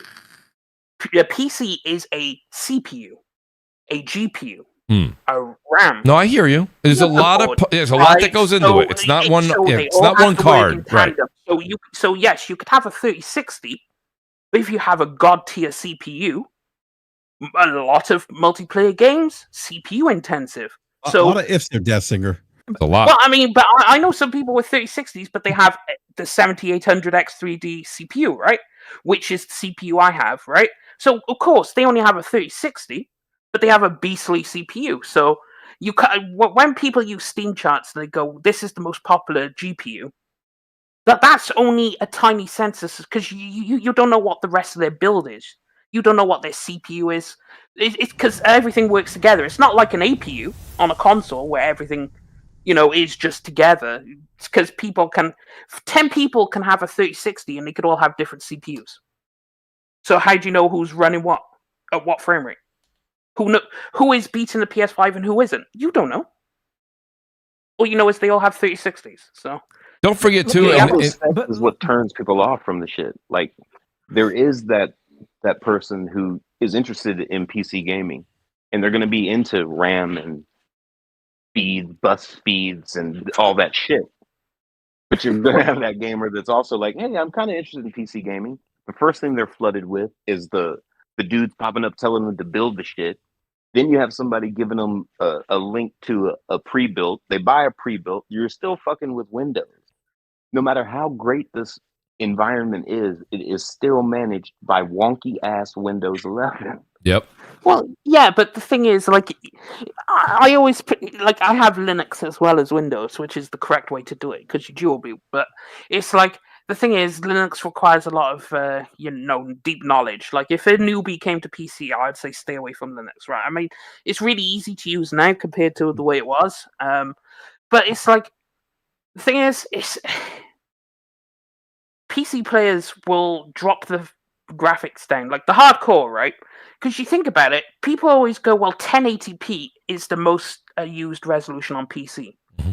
The reason that's the most used is because they play competitive multiplayer games. And guess what? They ain't playing at native 4K. They ain't playing at 1440p. They ain't playing at 4K. They're playing at 1080p, the lowest of lowest settings, so you can maximize your frame rate, crank the FOV up, and off you go. Because do I need pretty trees when I'm trying to win a game? If I'm in the middle of a firefight, I'm not sitting there going, "Oh, look how good those blades of grass look like." Mm-hmm. Ain't no one give a shit. But you're also highlighting the difference between PC players and console players. Right. Exactly. Console players aren't looking at an overlay.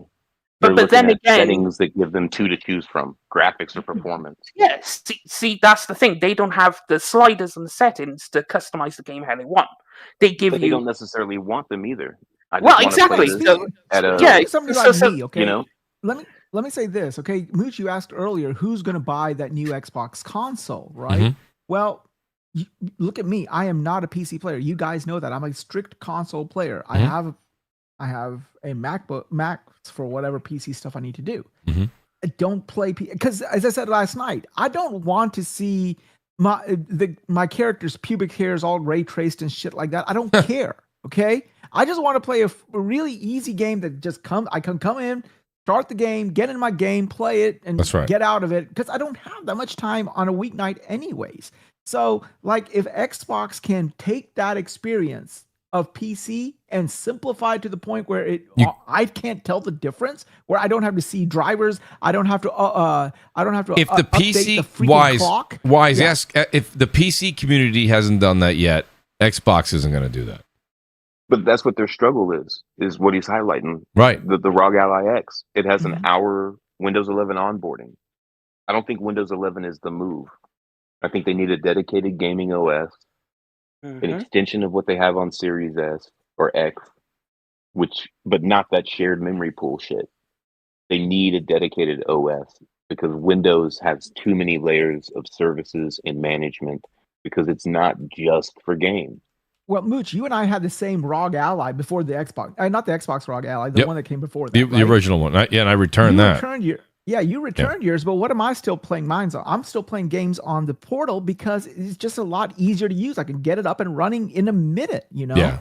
And that's the thing. I don't want to be bogged down in a ROG Ally on PC bullshit, and I don't want to be bogged down in PC bullshit on a PC. You know, they I want an don't easy experience. they don't show the numbers like they used to. But do you guys remember back of I don't remember. Let's say the 360, the Modern Warfare 2. I'm picking something out of a hat here, just out of memory. But do you remember when you were in the loading, waiting for the lobby to get into game, and it said on the corner how many people were playing? Didn't it say like 300? Remember it was like 300,000 people. Remember that number in the left hand corner? Do you guys remember that from the old days? Okay. Yeah. So now we all go by Steam, not concurrent players, because the PlayStation, Xbox don't do that anymore. But like the numbers were in the 300,000 range back then, if not higher. And so when people see these numbers on Steam, they're like, well, PCs, you were like, where would you play this, Mooch? You're not going to play this if you have a PlayStation and a PC. It depends. Like you said, it depends on multifaceted, not just the GPU, but it depends on the PC you have overall. And honestly, there's a lot of people playing on PlayStation. They don't reveal that number the way that Steam has the concurrent players. Maybe it's in their best interest. Maybe they know something we don't, and it's not in their best interest. But that's another thing I wanted to bring up. Go ahead, that's here. The thing is, it's like concurrent numbers is an inherently flawed statistic. It is. Because concurrent numbers just means how many people are on right this minute Right playing now. the same game. That's right, which is Right. not a true... It right. doesn't dictate how many people are going to play it over a week. That's correct. Like, it's just how many people are on right now. So you can gauge popularity from it, but you can't gauge how many people actually bought the game or played the game, because it's like you looked at Black Myth Wukong numbers, and sure, okay, it did 2 million concurrent, but we know it sold way more than that. But it did 2 million concurrent, and so it's like, okay, so concurrent is just popularity. So if you see COD at like, I don't know, 300k, that doesn't mean 300k people bought it. It's just so happens to be 300 people on right now. So I mean, I'm sure the numbers are hidden anyway. Everyone seems to be hiding their freaking numbers. I mean, Sakana MPD is the only place you'd figure out like, oh, what was the number one selling game? Even then, they don't give numbers, I don't think. So it's like, And bear in mind, also, I'm pretty sure, did they include Steam on MPD? Can't remember if they Steam don't. and MPD. No. So we never know how it ranks versus everyone else. So it's just like PC's just this anomaly where like the only way you could gauge if something's popular is by concurrent numbers, I guess. Like sales is whatever the company announces, because Steam ain't gonna announce shit. They don't care. So yeah. Yeah. So let's get back to the actual portal itself. So I'll ask Wise. Wise, you were pretty vocal in our another different weeks Crossfire chat. We were talking about in the DMs, and you said I'm going to try this out, and you said you had success with it. So how did it go today with the new update? How did it handle for you when you took it on the road? And you said it's not, maybe I used the wrong words in the beginning of the show. Not bad Wi-Fi internet, but it's not great. Yeah, it's crappy school internet. No, it is what it is, right? So that being said, yeah, it played. Now, true enough, I'm not going to go in and stress games that are like, I'm not going to go try to play Arc Raiders on this thing, on its crappy school Wi-Fi. But for the games that I thought that I could play, it played very, very well. I played my Dragon Quest game I'm playing right now, and I played it during school. The Prince of Persia game, that's pretty, the side scroller. That's like that game, yeah. So that played well as well. So did Yotai. So I'm good, and the good thing is this: did it play it flawlessly? No, but when it ran more times better than not, and on crappy school Wi-Fi, that's pretty damn good. And I'm getting it out of $199 device. I don't have to pay $1,000 for it. And for what I needed to do for that time frame, it's good because, as I said, I'm just going to pick it up, play a game for like maybe 10, 20 minutes between class changes, and then put it back down. Yeah. And it does that, what I wanted to do immediately. Whereas if I opened my ROG, I'd have to go in, open this thing up, go in on and do Armory Crate and do all this crap. So yeah, I was very happy. And yeah, was it a flawless experience? No. But for what it did and for the games that I wanted it to play, where I wanted it to play, it did exactly what I wanted it to do. And I appreciate that report on that, Wise. Now, Sumo, let me ask you, because the one thing I follow and read everything you say on X, but I don't know. Do you have a portal, Sumo, or is that something that that's not your bag? You don't really give a shit. I do have a portal. Okay, so and I have a Steam Deck. I have a Steam Deck and a portal as well. And Hey Mooch, sorry about this. My wife is calling. The boss is calling. That's all right, buddy. Always go to the boss. But I appreciate you being here, Wise. Thank you, buddy. Yeah, appreciate it, guys. Yeah. But Sumo, quick question for you. Like, so what did you think about the whole thing with how it's paired with PlayStation Plus Premium and the streaming? I mean, myself personally, I got this thing to use with my PlayStation 5. So I don't have PS Plus Premium. I'm one of those people that, I don't know, man. Maybe it's because I've been gaming for a very long time, Sumo, and I think you have been too. Like, I don't. Nostalgia is a hell of a drug, right? We say it all the time. I don't need to play a game from PS2, PS3 right now. I can't even finish my entire PS5 backlog, let alone some of the games from PS4. I'm still kind of tackling. So, where are you on that whole thing? Are you under the impression that the way that they're going about it and allowing you to use their servers to stream those games at a price point behind that paywall, is that an issue for you? Or no, you think this is fine? I'm going to play my games and what I have and use my PS5 as the server. If I want to use theirs, then I know that I got to go to premium. How do you feel on that whole model and structure? I think it's when you look at what Microsoft has done with Game Pass and taking day one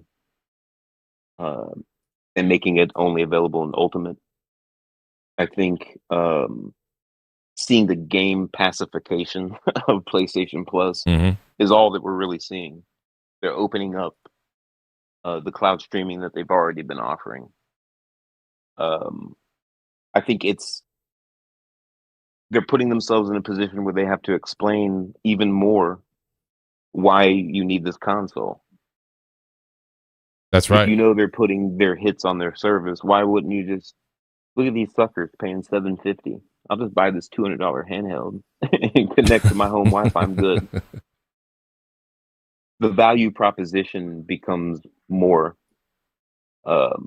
which is probably why they're doing this native handheld. It's their magic device. Going to play everything PlayStation except for PS3 games. Right. Correct. I do think that a lot of people say, I love the Portal, and then at the end of their little review, they're like, but I would also like to have a native, new version of a PSP, PS Vita. And that's so weird. Like, PSP I get, but the Vita wasn't supported. It became a talking point more than people actually bought and supported it. And I think that's why the Portal exists. Sony learned from that. Yeah, market research can tell us all kinds of stuff. It told us about PC and Sackboy outsold Returnal. Mm-hmm. Like, no, exactly. So they gave us a Portal. You can stream, you can play these games. You have interest in playing high fidelity games, handheld, mobile. Is that something of interest? Clearly it is. So now they're going to open it up to even more people. And that's just, I think, again, more sign of the times. It's generations away, but ultimately the console is going to matter less and less. It's going to be the experiences, the software, the stuff they're already talking about. We want you on the PlayStation ecosystem for the experiences that you'll have, not the shit Cerny's talking about with his PC AMD partnership that they're trying to mask like they ain't working on some dedicated PC hardware shit to try to counter Microsoft. Man, I'll tell you, I see. I think you definitely paint a great picture, and I actually can follow what you're saying. I really don't think they're doing that. I think Microsoft's position and what they did, if what they did was a success, I would say yes, because the reason they're going to go with the handheld and the reason they went with the Portal as maybe a Trojan horse to get that native handheld out there for us to all buy that accessory is because of how successful Nintendo was. Nintendo was successful. Microsoft, with everything you're saying they're going to follow suit, was not. And or the jury's still out, if you will, with the new boxes, right? So I don't know. I think that you could. I think that the experiences that you're saying Sony wants to hover around, still, yes, a lot of what you said I completely agree, but they are going to hover around a said console, at least for the foreseeable future. Can I talk PS7, PS8? No, that's ridiculous. But for PS6, they've had 2 or 3 different things now where the PS6 is still their focal point. They're not talking about PC. They're not talking about this and that. A native handheld, very similar to where you could dock it. That's the rumors. Those are rumors. That's not Sony talking yet. And that's all very much like Nintendo, but that's dedicated to that still, in air quotes, console experience. I don't know. I mean, don't get me wrong. They're still going to venture out into the PC world. I think where you're diving in with your thought, Sumo, into the deep end, I'm still in the 3 feet. I'm still over here being like, I don't think they're going there yet. I definitely see that. I think they'll inch us, and you're valid in there is no success metric, right? Like they don't have to respond to something that hasn't worked. Made them respond. Right. But if you switch to Microsoft's talking points of they're not in this console war competition, cool. Who still is? Nintendo. Right. And Nintendo offers a hybrid of their own that's handheld and a console. And so when I hear this thing about this dockable PlayStation that's going to play PlayStation 4, 5, and 6 games, why do we think there's even going to be a PlayStation 6 console when that's the console? Yeah, so then be the move to now we're moving away from you can stream, you've got cloud, you've got it in your hand on the bus, you can dock it on your OLED. You're golden. What's next after that? The only, and again, I love and Brap, I'll give you the mic in a second because I know you're chomping at the bit to get into this one. But the only thing I would say again, just to counter it real quick, Sumo, because you poised a good case, is look at the game that's on screen. I mean, Battlefield 6 is not on the Switch. So the games that are demanding that you're, why is it we can't just have a PS6 that's just in our hand, then we dock it and this and that? Because then we would only be playing, PlayStation All-Stars. Like we would have to have, they have to have that that box that's dedicated in the form of a console, and that's why you see Moore's Law is dead. And I'm not quoting him by no means because I don't have it in front of me, so I'm not going to. I'll paraphrase. But one of the emphasis is they're still focusing, which has always been the focus for PlayStation and Nintendo, is to try and get as much power in the box, but keep price just as equal to power, because they know if the price of a console, no matter how Xbox wants to hide it in the shape of a PC, if that thing ends up having a comma involved and hits $1,000, you've lost the casual market. Like, there's no way. We used to joke around all the time back in the day. Little Timmy's going to ask his mom and dad for $1,000 Christmas gift. Not in 2025 when people are struggling. And people are struggling. People say it all the time. There's always times of struggle. That's just something for a pastime and a hobby that a lot of people are not going to go for. Now, is it a jagged pill to swallow that we went from 300 to 500 and now we're going probably to 700? Yeah. Yes, it is. But that 700 is almost like that ledge where your hand is up and you're like, I can almost reach it. 1,000 is where you look at your buddy and you're like, I ain't going to make it. I'm going to drop. You know what I mean? Like, it's just not reachable for certain folks, especially if it's like, you know, kids in a family and the parents aren't into gaming. You know, a lot of people listen to the show later on. They'll go, well, I'm into gaming, and if my kid wants $1,000 box, I'll buy him $1,000 box. I love it. He loves it. Great. All right. Awesome. But a lot of times that's not the case. And that's why people were kind of laughing at Nintendo when they came out with a $400 console, $450, I believe, with the Mario Kart World package. And it was funny. I read an article. I said this on Brap last night. People were giving Nintendo shit for $400 and $450. And I read an article. They're like, everybody stop laughing at Nintendo because once PS6 and Xbox, you know, Series 2 comes out, he's like, the 450 is going to look like it came with a coupon. It's going to look like the cheapest thing in the world. So, you know, absolutely. You know, so like that's the one thing I think, at least for the next generation or entry point. I don't think what you're saying is wrong, Sumo. I just want to say that I don't think we're there yet. And I know every time you have Herman Hulst or anybody sits on a couch and they talk a little bit, everybody dissects it and they pick like one or two words and they're like, there it is. That rhymes with PC. That rhymes with PC. And I'm like, I think we're really deep diving into some of this stuff where I think that because they even said we're going to stick to our goals. I know Death Singer's waiting for day and date to come out, but like people have been saying that now for 7 years. When Microsoft announced their day and date in 2016, they're like, any day now, PlayStation will be there. They're not there. They're not there. The thing is that they will get there because it's like when is that? Yeah, but Death Singer, that's like saying eventually the sun's not going to warm the earth. No shit.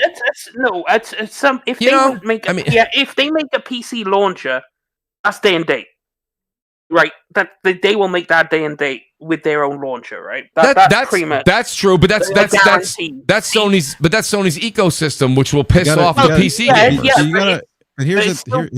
In date, and bear in mind, you have to remember a lot of people in the know, experts, insiders, industries, right? PlayStation games will never come to PC ever over their dead body. PlayStation's the most successful they've ever been. PS4 generation through the fucking moon. No one's topping them. Guess what? They dropped their game on PC. Everyone turned around and went, "Oh shit! Yeah, no one saw that fucking coming." So. Don't think you know what PlayStation is going to do, because I hear you. Like these people are wild. These people are wild. Look, I never say never, right? But I will say this. I don't know if that will happen, even with the PC launcher. And I can understand that perspective, right? Yeah, PC launcher makes sense to do day and date. However, again, it's an additional lift. It's additional cost of production, right? Because you're coding. We're a different platform now. You're coding actually for two platforms, different platforms, your console and PC. So now you require a larger team, more overhead, right? You're doing the opposite of what PlayStation and Hiroki Totoki's kind of talked about in terms of increasing profit margins by looking like we're not going to allow you guys to go, run wild with these budgets. Like we're going to have to rein that in a bit, right? Because it's eating into our margins. That's right. So, but Yote is proof of that. Exactly. That could be nasty work, really. I mean, Yote had what, $60 million budget? Yeah, come on. It did, but that's amazing. If they did, if you look at Yote as an example, right, the $60 million budget, which is incredible. And then you look at like that the fact that it's the 18th top selling game in the U.S. in 3 days for 2025 per Circana, in terms of revenue. But if they were to do Yote like and work on that game or work on a PC port in parallel, that 60, it's not a $60 million budget anymore, right? That budget's going to increase now. So I don't know. Again, never say never. I mean, who knows, right? I mean, 20 years from now, you know, there could be a docking station that has a big PlayStation logo on it. We're like, oh shit, look, we made it. You know, we made it to the future, and you know, PlayStation's. You know, there's also a PlayStation. You know, streaming stick now. You know, and all PlayStation Bravia TVs have the PlayStation app, which I do think they do have the PlayStation app. I think they actually came back now. Remember, Sony dipped their toes, by the way. It's funny, people talk about like Microsoft doing things. Sony was first to cloud. Sony had the PlayStation TV. Sony had the PlayStation app. I mean, so they've dipped their toes they've had had this technology. Yeah, a lot of stuff. The things that Microsoft talks about with gaming on your TV and their new slogan where they're walking around being like everything's an Xbox. Well, Sony was saying that for a long. They were saying that it was the early parts of the PS4 era. I wish the PlayStation TV was still around. I mean, they were a little bit ahead in a lot of respects to some of this stuff, right? And now we got YouTube TV, Hulu. I mean, yeah. But real quick, let me finish this point here. So like again, I certainly understand the perspective of they could do day and date with the PC launcher, right. Or they may say, look, here's a back catalog of PlayStation games, right? They're going to sit in this PC app, right? We got this back catalog, and if you want to play these games, these older games, you buy them on the PC, you buy them on the PlayStation Store, and now we get 100% of that cut, you know. But we may stagger. Well, that's the thing. So when you look at Brap, I'm glad you brought that up because that eluded my mind for a second. So a lot of the things that they're doing, and when I said this, when we used to say this on MNC a long time ago, people would laugh. But I said, you can go back and check it. I said, why do day and date in Game Pass? Why do day and date on PC? I said this ages ago. Now it sounds like a broken record. I said this like years ago, ages ago. I said, why not do a 6-month, 12-month? So it releases on console. So even if they have a launcher, right, which I do believe at some point will be a thing, you still want that. How is it that you run your product? Think about it. If you love a certain dish at a certain restaurant, and that's the only place that makes it, that chef, you have to pay their price. So they're going to say to you, you got to buy a PlayStation if you want to play it now. If you don't, like that singer goes, I don't give a shit. I'll wait. Okay, that singer can wait. He'll pay full price for that game, or $10 less, $15 less, whatever, 12 or 18 months later, either on Steam or on the PlayStation launcher. They prefer you on the PlayStation launcher because they're going to get more, you know, they don't have to give that 30% or whatever that percent dividend is to Steam. But that's what they'll do. They'll hold that. They're in charge of the IP. They're in charge of that recipe. If you want to play, a lot of people might go, well, I don't want to play. That's fine. Then you're not involved in the conversation. But if you want to play this game, they can. Analogy, Mooch? They absolutely. Well, yeah, and I'm starving. But like, you know, I got to tell you, like that's the whole pitch. I always say to people, they're actually in charge of they don't have to follow shit. If you want to play the next God of War, if you want to, that's the key thing. Because a lot of people are going to say, oh no, I don't have to do that. You don't have to do anything. You don't have to play the next God of War. If you want to play the next God of War, day one, Sony's going to tell you where you can play it. If you want to wait, they're also going to tell you. They might put it on their launcher 6 months after. Then they'll put it on Steam 6 months after that. Right? They're going to squeeze as much as they can get out of their own ecosystem before they just go and throw it anywhere. The reason it didn't work for Microsoft was it's multiple things.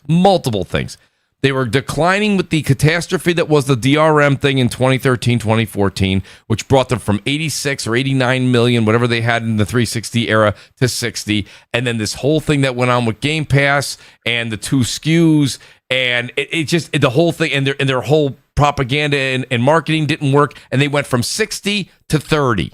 Right, so they just kind of eroded slowly with their thought that they thought they were going to kick ass. It just didn't work. I understand where the concept came from. It just didn't work.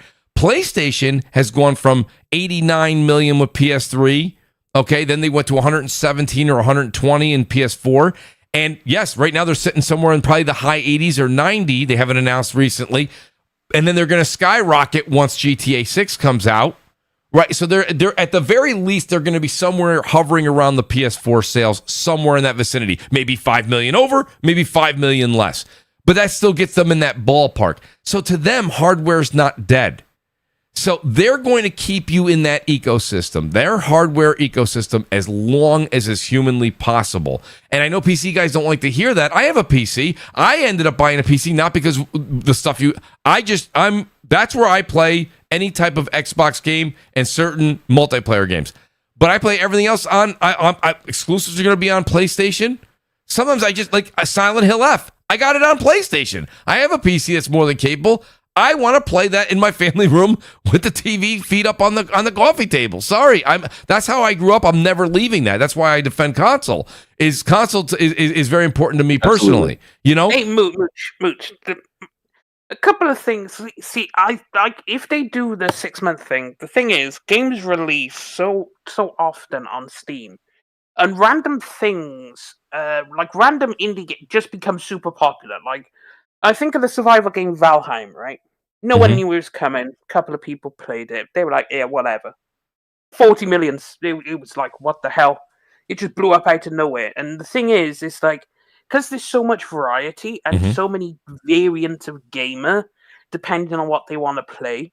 That's why you release a God of War and it does like 1 million or 2, and you're like, okay, that's good. But look at it. But the thing is, it's like, bear in mind, this not only is it old, but people are playing other shit because games release every day on Steam. So like, the thing is, you could find something and you're like, I don't care about this. I'm just going to play this. Or people will buy it and they just won't play it and they put it in their backlog because, shout out to backlogs, because Steam always gives you a good sale. But it's like, if they want to really capture the PC user base, they'd want to go day and date because you have to give them a reason. Because if you wait 6 months to a year, like, you'll sell like 2 million, which is good because that's just pure profit for you. Like that's great. That's just free money. Yeah. But you're not really capturing. Bear in mind, the PC like entire user base is much bigger than console, and you're trying to penetrate that market. Well, you have to go to where they are. Now, Xbox do it, but their marketing is fucking shit, right? Yeah. So yes, their games release on Steam, but like, I mean, have you seen any of the ads? I haven't seen any ads on Steam. Like when Outer Worlds 2 released, there was like a little banner, little pop-up, and that was it.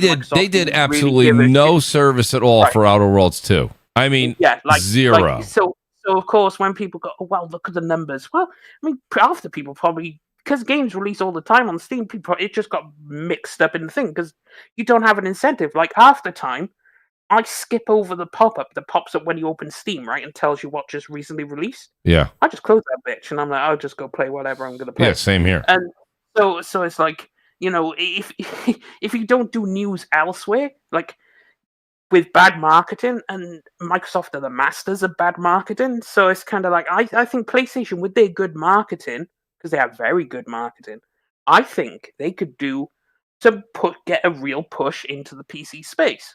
But they'd have to go day and date for that because 6 months to a year, people aren't.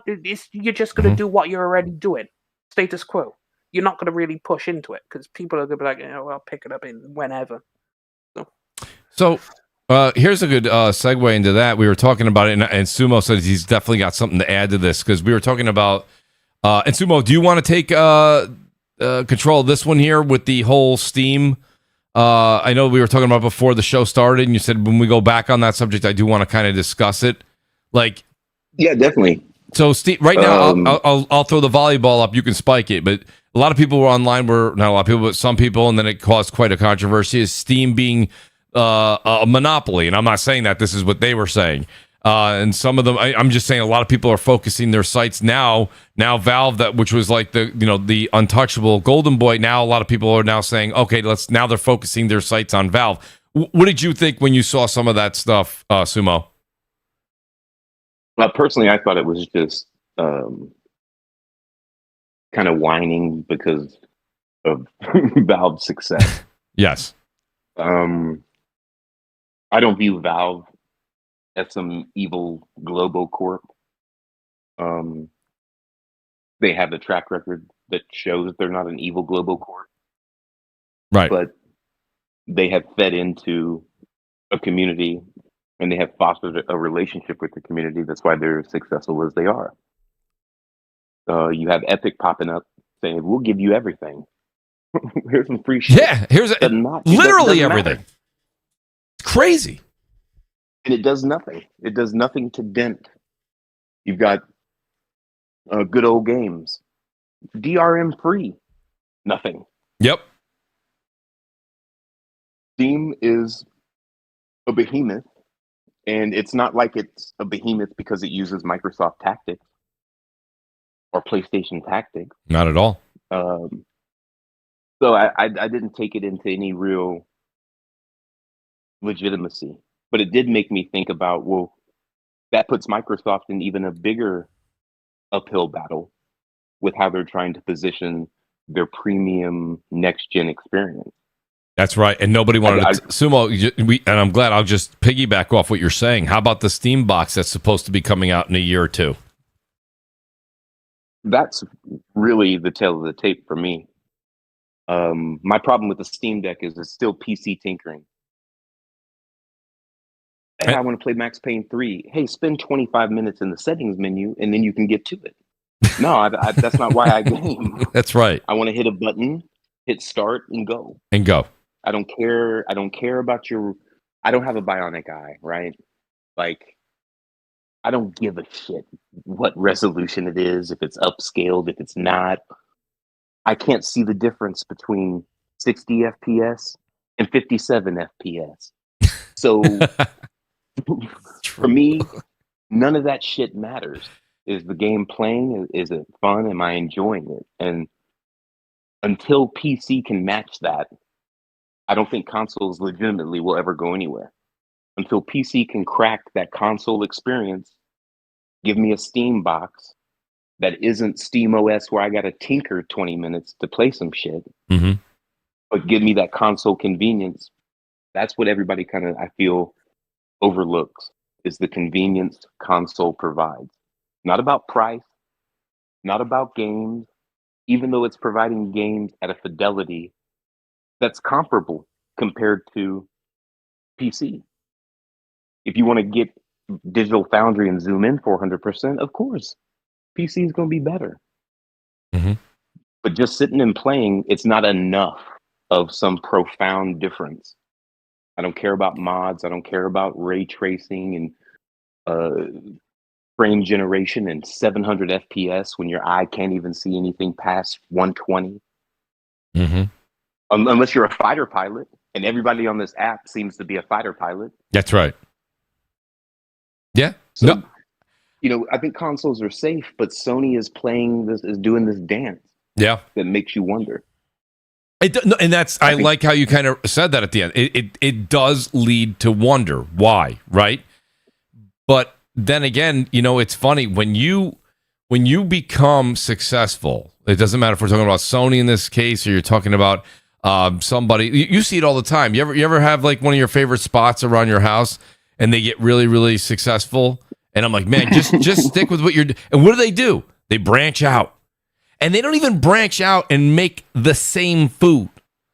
I know this great family. They make amazing food. They branched out. They opened another restaurant. I don't even know what they're selling in there. And I'm like, why would you do that? Now the main restaurant is hurting because they took half their staff and put them into the kitchen over there. And I'm like, chasing something. That's it. You don't even know why you're chasing it. They're chasing. Everybody always it's like everybody, you can't, they're not content, but they're a corporation, so they're continuing to try to climb. The problem is sometimes corporations strike gold and sometimes they fall right on their face, right? So hey Mooch, real quick. Go ahead. I got to drop real quick. I forgot I kept you guys here for 2.5 hours. I did want to get this topic in, so I didn't know if you wanted to. Yeah, but no, I gotta drop. I gotta go do some stuff before I get to bed. So no problem, Brap. I appreciate you being here, buddy. Yeah, no, thank you. Great conversation as always, Mooch. Big shout out to the panel. Yes, sir. Singer and Sumo. Yeah, thank you, gentlemen. Absolute, Brap. Yeah, good talking to you, bud. Absolutely. Yep. All right, take care. Thanks, Brap. So you know what I mean? So like that's the one thing when you say it makes you wonder. It does make me wonder why, but at the same time, they're going to continue to create. They're going to continue to try to be ingenuitive, right, and push that scale, especially since Microsoft, Sony, Valve, these guys they're in the tech business. So staying still for too long and treading water, you'll eventually drown. So I do get that. That's why Nintendo pivoted. Nintendo went handheld. Everybody, and it's funny because we all have short-term memory. You must hear me say this all the time, Sumo. But like, it wasn't long ago, right? It wasn't long ago when people were like, the Switch. Remember all the little mock drawings were coming out, and they're like, has Nintendo lost their mind? This is when people were losing faith in Nintendo because the Wii U had failed. Absolutely. Yeah. So then all of a sudden, this thing comes out. People love it. The consumer buys it, and the media goes from insulting Nintendo to Nintendo can do no wrong. And it literally happened in a Nintendo's weekend. Credit, Mooch. They delivered. Absolutely. They didn't have some marketing. See, that's the thing. You watch the Nintendo marketing of the Switch one leading up to that. Mm-hmm. Hey, I doubt that shit. That looks kind of like a Wii U remote. What is this shit? Red and blue. I don't know about this. Right then, Yeah. the shit come out. Everything they showed you, kickstand, even though it was wonky. Little remotes, even though you got giant hands. That's right. All this shit worked and did what they showed. Yeah. And then they had the software to go with it. That's right. You fast forward to now with this ROG Ally X. No. It isn't what they're showing you. It's not. It's not even what they're telling you the setup. Right. That's not even what they're telling us. Some of those CNBC reports or CEO, I can't remember what they were when they had some of the executives on there. They were saying this will play your entire library. That it doesn't. I don't like the dishonesty. I think that's why I ride them, because it's some unnecessary shit. When you say play anywhere, there's a lot of issues with play anywhere. Yeah. That I don't hear anybody talking about. Yeah. Because it's too much of this rah-rah, sis-boom-bah cheerleading shit. What incentive does a developer have to give their shit away to somebody who may not even play it? That's right. That's work, time, effort, money. 100%. Why hasn't Play Anywhere been on everything? That's why. No developer wants to just give their shit away to a console player. It's a really good point. May not even fucking play on PC. Why Microsoft has that advantage? Well, not just that, but it's funny, and shout out to Crap Gamer. Crap said this a long time ago as well. He said this years ago. He's like, this whole playing on multiple devices and small devices, let's be honest. I have a Portal and I have a Steam Deck. And a lot of people maybe listening later have a ROG Ally. But my point being is that I don't want to play The Witcher 3 on a 7-inch screen. Facts. Okay. I mean, that's what it boils down to, Mooch. That's exactly it. So again, another idea in the board. Remember, I said they're going to try things, and sometimes they're going to hit a home run. Sometimes they're going to bunt to the pitcher. And that to me personally, same thing with Play Anywhere. Play Anywhere. Where the fuck do you think we are? We're home. Play Anywhere.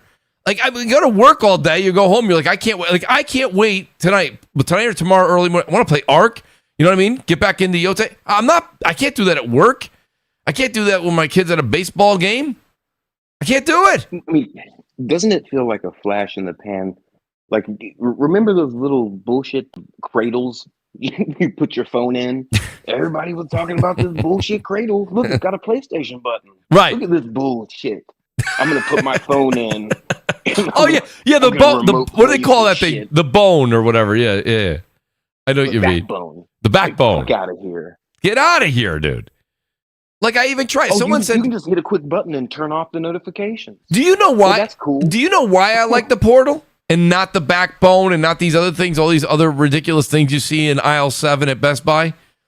Because I ain't missing texts from my wife. That's why. Well, that too. But honestly, people made fun of it. And I said this on Brap last night, so I kind of feel like a broken record here because I said it last night on his show. I said it's the ergonomics of the Portal. Like, I understand. If anybody in the chat or listening later or on the panel right now wants to say, Mooch, the Portal's the ugliest thing I've ever seen, that's fine. I'll walk with you on that. But I'll tell you what else it is. The most comfortable thing I've ever held as far as a handheld. I can't disagree with that. That is comfortable. It Absolutely. is comfortable to play. The buttons are literally just as ergonomically set as my DualSense. How can I More dispute comfortable than that? the Steam Deck. Absolutely. And that's not a knock. I No, think it's the not. Steam Deck is phenomenal for everything that it does and it offers. I think it's fantastic. That's But right.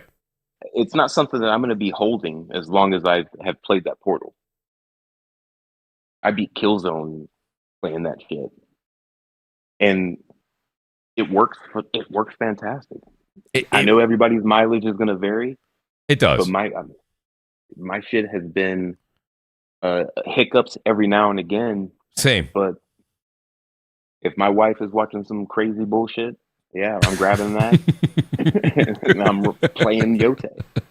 Watching Grey's Anatomy for the 80th time. Yeah. No, I hear you. Like, watch Orange County Housewives. Nah. Yeah, how many times are you going to watch that? Come on. Right. But at the same time, you ain't wrong. You're not wrong. So, what games would you say you're primarily playing on the Portal? Just curious. Really, it's been obviously single player action adventure, but there hasn't been any limitation. It's really been if the game was like calling to me. The most AAA-ish I've played has been Yotei. Like I ran the shit out of that on that thing. Yes. And it kind of convinced me that, hey, I should play more of the games that I was more hesitant around. The Spider-Mans, the Ragnaroks. And so, yeah, I thoroughly enjoy it. I wish it was native. Just having that comfort of, not relying on a connection. Yes. But for $200, and the name clearly states remote player, you know what you're getting.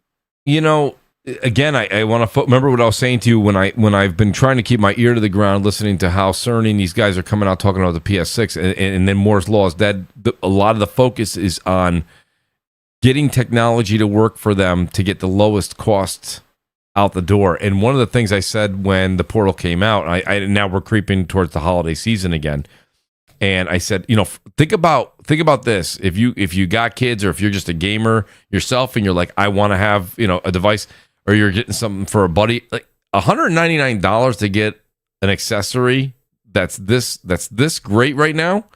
And it has made strides. So now if you're buying in, now's the time. Like I was there day one, and like you said, Sumo, I will say I had some connectivity issues with mine early on. Like, where you got that little globe in the corner there or whatever, the yellow caution. Oh, the launch was nasty. Yeah, it was nasty. There was a few firmwares before it really worked itself out. Right. And I was talking to a few people in the community, and they're like, oh, so recently, this was maybe like six months ago or something like that.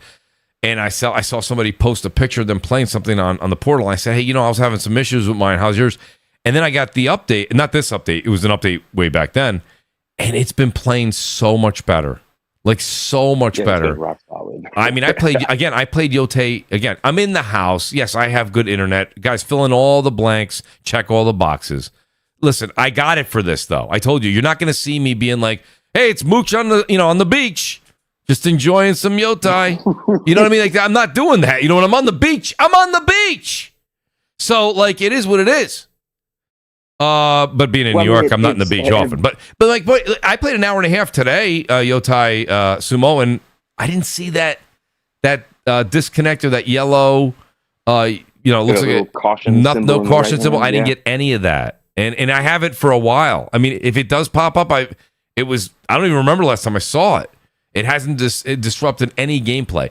And it's $199. That was the focus I was trying to bring to this thing when it first came out. I'm not telling you need it. If someone asked me right now, oh, you got to get this, I'd say nah.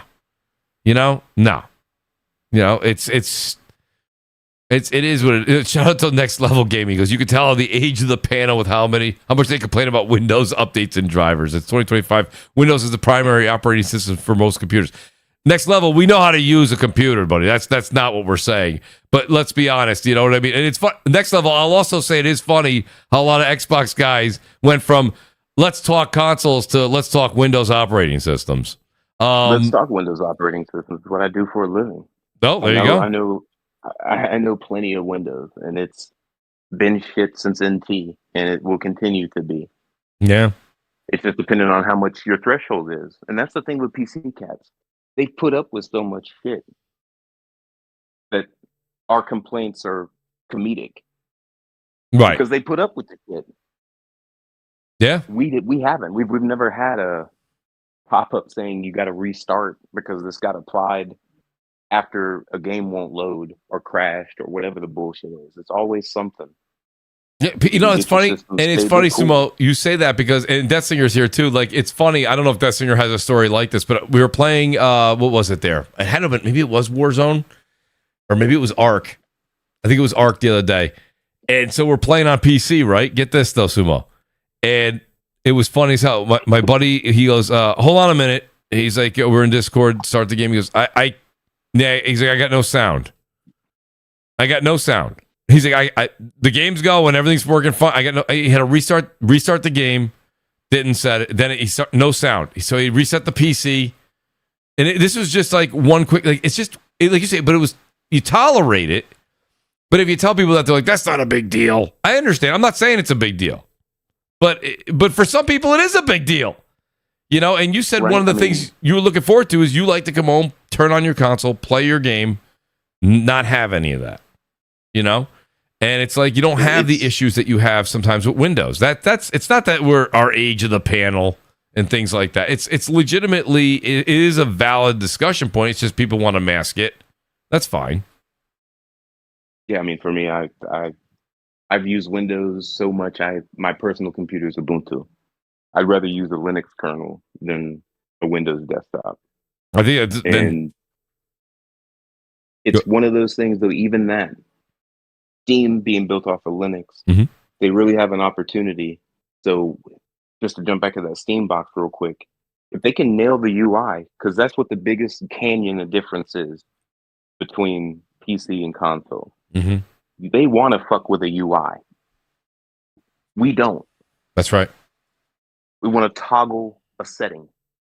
I don't want to have to go in and see 55 different graphics things from what kind of upscaling do you want to use? Would you want to preload shaders, all this shit? But they have to still offer that to the people that want it. The problem is that bleeds into the ease of use. The more buttons you provide, the more menus, the deeper you go. And that's what I think PC is always going to struggle with. Always. That's why consoles exist. Well, that's it. Like, and it's funny because I say this to, and me and Dessinger go back and forth all the time in a great conversation. But like, you know, stop and think about everybody that's at your office or is in your school or wherever you work or whatever it is you do. Like, I have a couple of friends of mine that are just PC, but I have a lot more that are console. And it's not that they're console gamers like us. They're not playing Ghost of Yotai. You know what I mean? They're not wearing intergalactic t-shirts. Okay. They're not, you know what I mean? Like they're just Call of Duty and Madden and NBA 2K players, right? But like when they don't even run out day one. They'll go out and they had the PS4 probably 2-3 years into this generation. Then they went and got a PS5. I got a buddy of mine right now. This is where these statistics come in. And it's funny, again, small census, just a lot of fun to talk about. Buddy of mine at work, he's got an Xbox One. What was it there? The Xbox One. It was the one from 2013, the one that looks like a VCR. He's got that. He's moving to he's going to grab a PS5 Slim. Not because of me, because the guys in the office all have PS5. He's like, well, I just want to. He literally says this. If he has an Xbox One, you guys know how much he games. Almost zero. But my point being was, you know what he said, Sumo? I want to just get a headset for like $20-$30. Plug. Does it still have a 3.5 millimeter jack? I go, yes, it does. He's like, great. I'll get that. I want to get that, a controller, and I'm just going to play. I'll probably pick up like a Battlefield 6 or Call of Duty. That because he's having a kid. So he's like, I'm going to be home a lot, and I'm going to be, when the kid's up and I have to watch, I'm going to play some games. I haven't played games in a long time. I want to get back into it. He did not say, hey, should I get, what RAM should I get? Is this the CPU? You know what I mean? Should I get a glass cover or a fully engulfed case? Should I get a medium size rig or should I get a large size? None of that. It was just, I want to get a console. He wants to turn it on. There's a lot more of those people, and we don't talk about that in the gaming community a lot. A lot of the gaming community right now focuses on, like what we're talking about, 3090 cards, 4090 cards, 5090 cards. What kind of CPU do you have? Oh, it's one of the best, top of the line. I can do path tracing. I can do ray tracing. I can do this. I can do that. But most of even the guys that are dedicated PC gamers in my office, like they're running a 2070. You know, like they don't have these powerful rigs that you see within the community and people go out and get. You know, it's just I think a lot of what it is the community chat versus what's going on out there, and that's why you just said what you said. That's why consoles are so popular. You know what I mean? It's a plug and play. Definite. It's a plug and play, dude. The thing that I think about sometimes is, you know, Microsoft, and you mentioned it earlier, they had flat out said we lost the PS4 generation. People were able to establish their libraries, right? Mm-hmm. They're kind of putting themselves in the same situation. If your series console and the direction you're going, and you're putting resources and effort into the Windows side of gaming, and you're making a promise that you haven't even been able to demo. You haven't even been able to show Windows playing an Xbox console game. But there's all this faith and confidence. And my thing is, if they don't deliver that, or if there's a caveat where, like backwards compatibility, only this number of games right now are playable. Well, all this time, people have been buying PlayStations and Nintendos and growing those libraries. Why on earth would they now decide, okay, I'm going to jump over to this because all this PC stuff I've never used or bought games from are available to me? Right. And the handful of Xbox games that I had when I mess with that console, I can play. Like, I don't understand the incentive. It feels like they are sabotaging themselves so that they can like kill Xbox and it really just be Windows gaming. Well, that seems to be what the future may hold for them too. I agree with you. The other thing when you talk about when Phil went on that podcast and he had said, this is the worst generation we could have lost last generation, and that's the truth.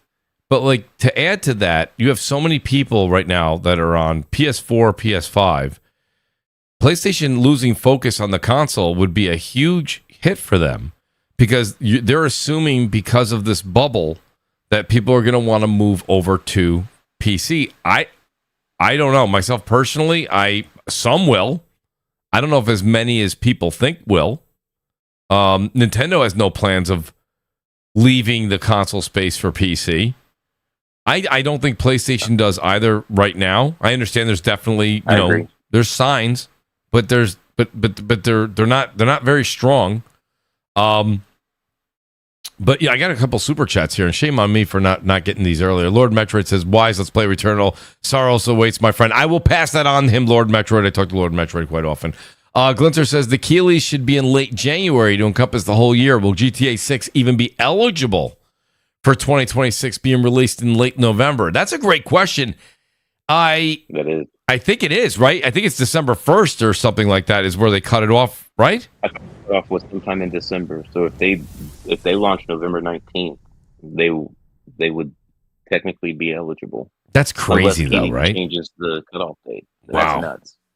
Wow, that would be crazy. No, he better not touch that because that's affected many other great games that got bumped to the next year. And it's funny because when you have a lot of people do also feel we got into like favoritism and things like that, but a lot of people think that I can't remember what the slogan is people come up with, but the last game to release that's hot gets it like an extra bump, right? Gives them an extra push for a W because it's on everyone's minds. They're playing it, like right now Ark is on a lot of people's tip of their tongue, right? Everyone's playing it. I love it. This and that.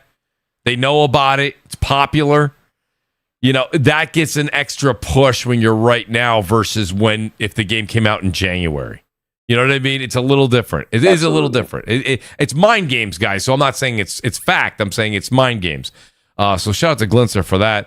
The great Gaming Forte, who's overdoing DPS podcast with the great Slow-Mo Backpack, who was just on earlier. I'm only saying his name too fast and too quick.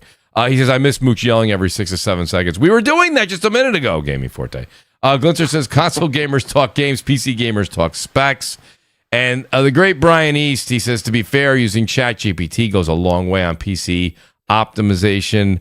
He says, tell AI your rig and game, and it'll give you the ideal settings. Well, Brian, there you are. I'll be honest with you, I don't use the whole ChatGPT thing. I mean, I know it. I've seen it. I don't like it. But that's me.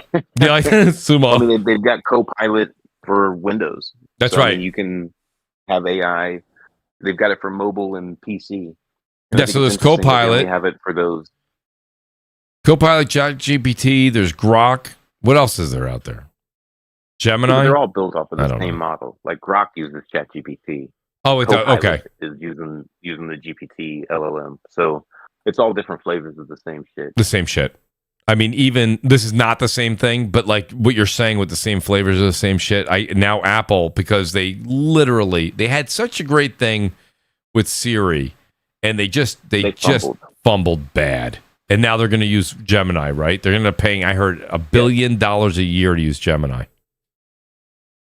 It's I don't think there's enough call out of the egg on Apple's face for that. They claim to be this technology leader, and they got left behind with AI. Yep. That's insane. Yep. From a Silicon Valley standpoint, that's insane. And to pay Google for, that's the only thing. Google is its own model. It's not using anything GPT. Right. They are their own AI model, and it's good in areas, it's flawed in others. And so I think the fact that Apple couldn't crack the code, but Google could. Well, Apple's become really weird, and I'm in the Apple ecosystem, so I mean, but I will say the lack of engineering they just haven't done anything. And I don't want to just sit here and go, it's easy to just point the finger and look at the calendar and go, well, they haven't done anything since Steve passed away. It's not about that necessarily, but I feel like everybody over there is just on cruise control. Though that lines up, Mooch. It does, though, right? The most creative and ingenuitive thing that they made was a mega flop because there was no market for it. Yep. That bullshit ass goggles. Yeah. Yeah. The Vision, right? Apple Vision they Pro. They tried to create a market. Apple used to be able to create a market. That's right. They could say, hey, here's an iPod. There is no market for this fucking thing, but it plays MP3s. They created it. Boom, That's boom, right. boom. We got a phone. Boom, boom, boom, boom. They create this market. They had the same arrogance with this Vision. And the fact that their UI hasn't changed or evolved from Apple TV, from the watch, from the phone, from the iPad. Nothing. And now they couldn't even get an AI. I think they're stagnant in their creativity, and something needs to change there. Yeah, there is something to be said when we were going from, let's just use some arbitrary numbers, iPhone 10 to maybe or I think it was iPhone X, and then they progressed. And people were like, well, what they're doing is polishing it. The thing is, though, they've never taken anything further. And it really sucks because I feel like the things that people didn't like about Steve Jobs, I understand. I know the more the books and people write about it, he's a jerk, he was mean, he was an asshole. Yeah, he's all those things. That's fine. But the one thing he used to, I think he walked around, Sumo, I think he kicked people in the ass and was like, yeah, you need to make this shit. Remember, I mean, this is, I don't know if he's, right, he put a bunch of, I don't know if it was kindergartners or whatever in a room, and he put them with the iPhone or the iPad. And he told all their designers, he's like, if they can't figure out how to use this thing, that's how he wanted it to be so easy to use so that everybody can enjoy it. If they can't use this, he's like, I'm scrapping the whole damn thing. I mean, he was just I think sometimes people don't get credit for that. Yes, he was not the one that came up with all this and that. He's not the one that came up with the technological. He was just the one that motivated, facilitated. You know what I mean? And yeah, I don't know. Tim did not take the baton and run with it at all. And I think there's something to be said because Steve Jobs was kind of a bastard. Yeah. He parked in the disabled spots. Yeah. At Apple HQ. Like, who does that, man? Like, he literally was on some other planet in his mind. I mean, he was on some other shit. That other shit, that other shit fueled some really innovative shit. well, yeah, but think about it. You want to talk about he's on a different planet, Sumo? Like he had the disease that he had. He did not even take. They said he refused medicine. He did like the whole herbal thing.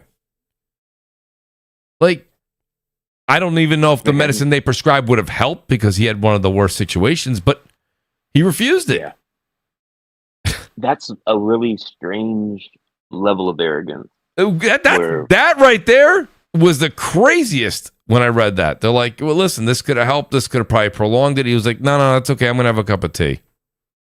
What? Or he was just accepting. Could have been. Could have been. Which you got to respect that too. You do got to respect absolutely. that. So absolutely. But I will say it's this. Still weird to see that company in that position. It is. It kills me. Damn, man. It literally kills me to see something that I thought for the next decade we were going to start seeing some crazy shit. And I'll be honest with you, yes, the Apple Vision Pro does have some outstanding perks and some really cool things. But like you said, they didn't create the market. They definitely missed the price point. Like, absolutely. Who the hell watched that and was like, yo, this is awesome? They're like $3,500. You're like, oh, all right.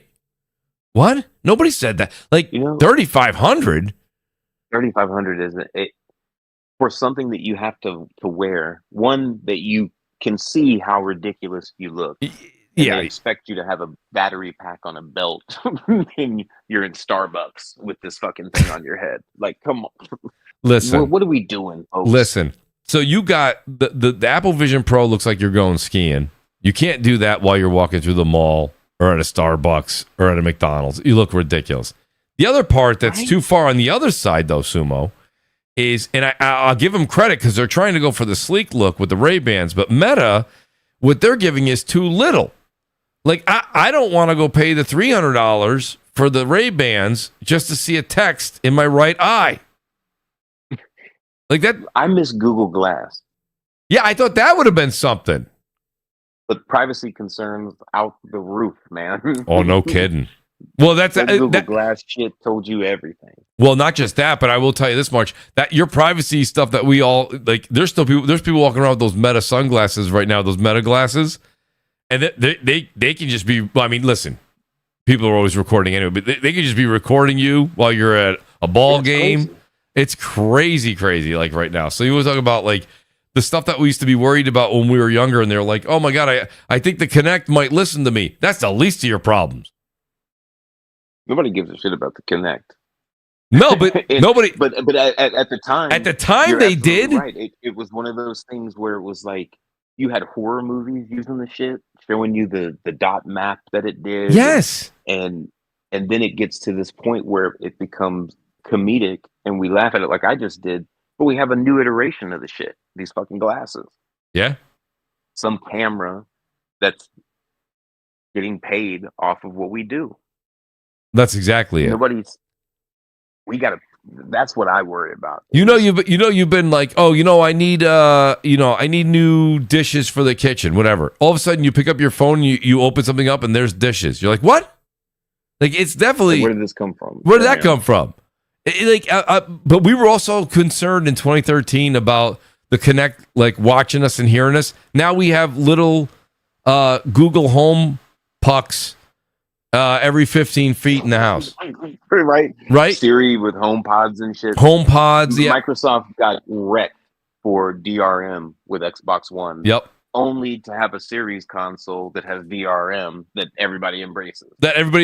And then on top of DRM, right, that was something you bought, but they still had, right, now then there was Game Pass, which people have been arguing and defending forever, which is just a digital license that they own, they never got. But I will say this, Sumo, honestly, I kept you here for about 3 hours. I'll say this. So outstanding having you on the show. And I will say this much. Listen, honestly, Sumo, this was even a slow news week, which you know. Yes, sir. I would like to have you back on the show, especially when we get some like real good controversial news. You know what I mean? Like, because that's I think you shine tonight. Imagine what's going to happen then, right? Yeah, I was just going to say that's your calling card. So Let me say this, Sumo. Thanks for being here, buddy. I appreciate for having me, man. you I reached appreciate out. it. No, honestly, Sumo, I will be writing you. I'd like to get you on in a few more weeks. We'll see what's going on. Let's get some real spicy topics, as the audience likes to say. Let's get it. But let people know where they can find you, buddy. And I really appreciate you being here. Thanks, Mooch, man. I'm on X, YMNIS_V1. If you want to find me, I'm a blue Urkel. That ninja you love to hate, right? You may have seen me around. If you have, you probably hate me, but hey, I'm always open to conversation. You know, I'll tell you something. Listen, I'll always say this. I say it all the time. I'll say it again. Get to know the person before you don't like them. You know what I mean? And that's one of the things that was me. And I grew through that too, through the great years on Twitter and X is when you have a discussion with people and you sit down and talk about it. It's awesome, man. Some of the people you don't think you like, you're actually going to love. So shout out to you, Sumo. Me too. You know, appreciate it, Mooch. Really, honestly, this has been great. It's been a great conversation. Really have enjoyed all the panelists, the conversation with you as well, the opportunity to not upset people, so to speak. Kind of get a different side to me, so I appreciate it, man. Hey, listen, man, Sumo, pleasure's all on this side of the microphone. But like I say, I will be reaching out to you and getting you back on the show real quick. Just a couple shout outs to the guys that had. Guys, go over and give Nib some love. That's at Nib95_. He's over in Germany partying it up. Shout out also to the great Slow-Mo Backslap. He's doing DPS with the Great Gaming Forte right now. Go over and tell him Mooch sent you. Brap was on with us. It's at Brap_podcast, and he does his Brap podcast Wednesdays, 9 p.m. Eastern. Go over and give Brap some love. And shout out to Death Singer. Death Singer had a bounce, but listen, it's 3 o'clock in the morning in England. I can't blame him. Shout out to Death Singer. We'll see him next Thursday. And shout out to the great Crap Gamer who reached out to me. He says, I'll see you guys next week. Want to get more hot topics and news? So shout out to Crap Gamer. It's _Crap Gamer and Crap Gamer reviews over on YouTube. Guys, please hit the like button on the way out. I appreciate all the super chats. We'll be back next Thursday. And yes, if you guys do follow me over on twitch.tv, Mooch TV over there, drop the O's for zeros, M00CHTV. We're going to be doing Arc Raiders this weekend over there on Twitch. Guys, really appreciate everything. Yes, again, special thanks to Sumo for being our special guest tonight. And we'll see you guys next Thursday night. Peace out. Good night. Go play some games. Later.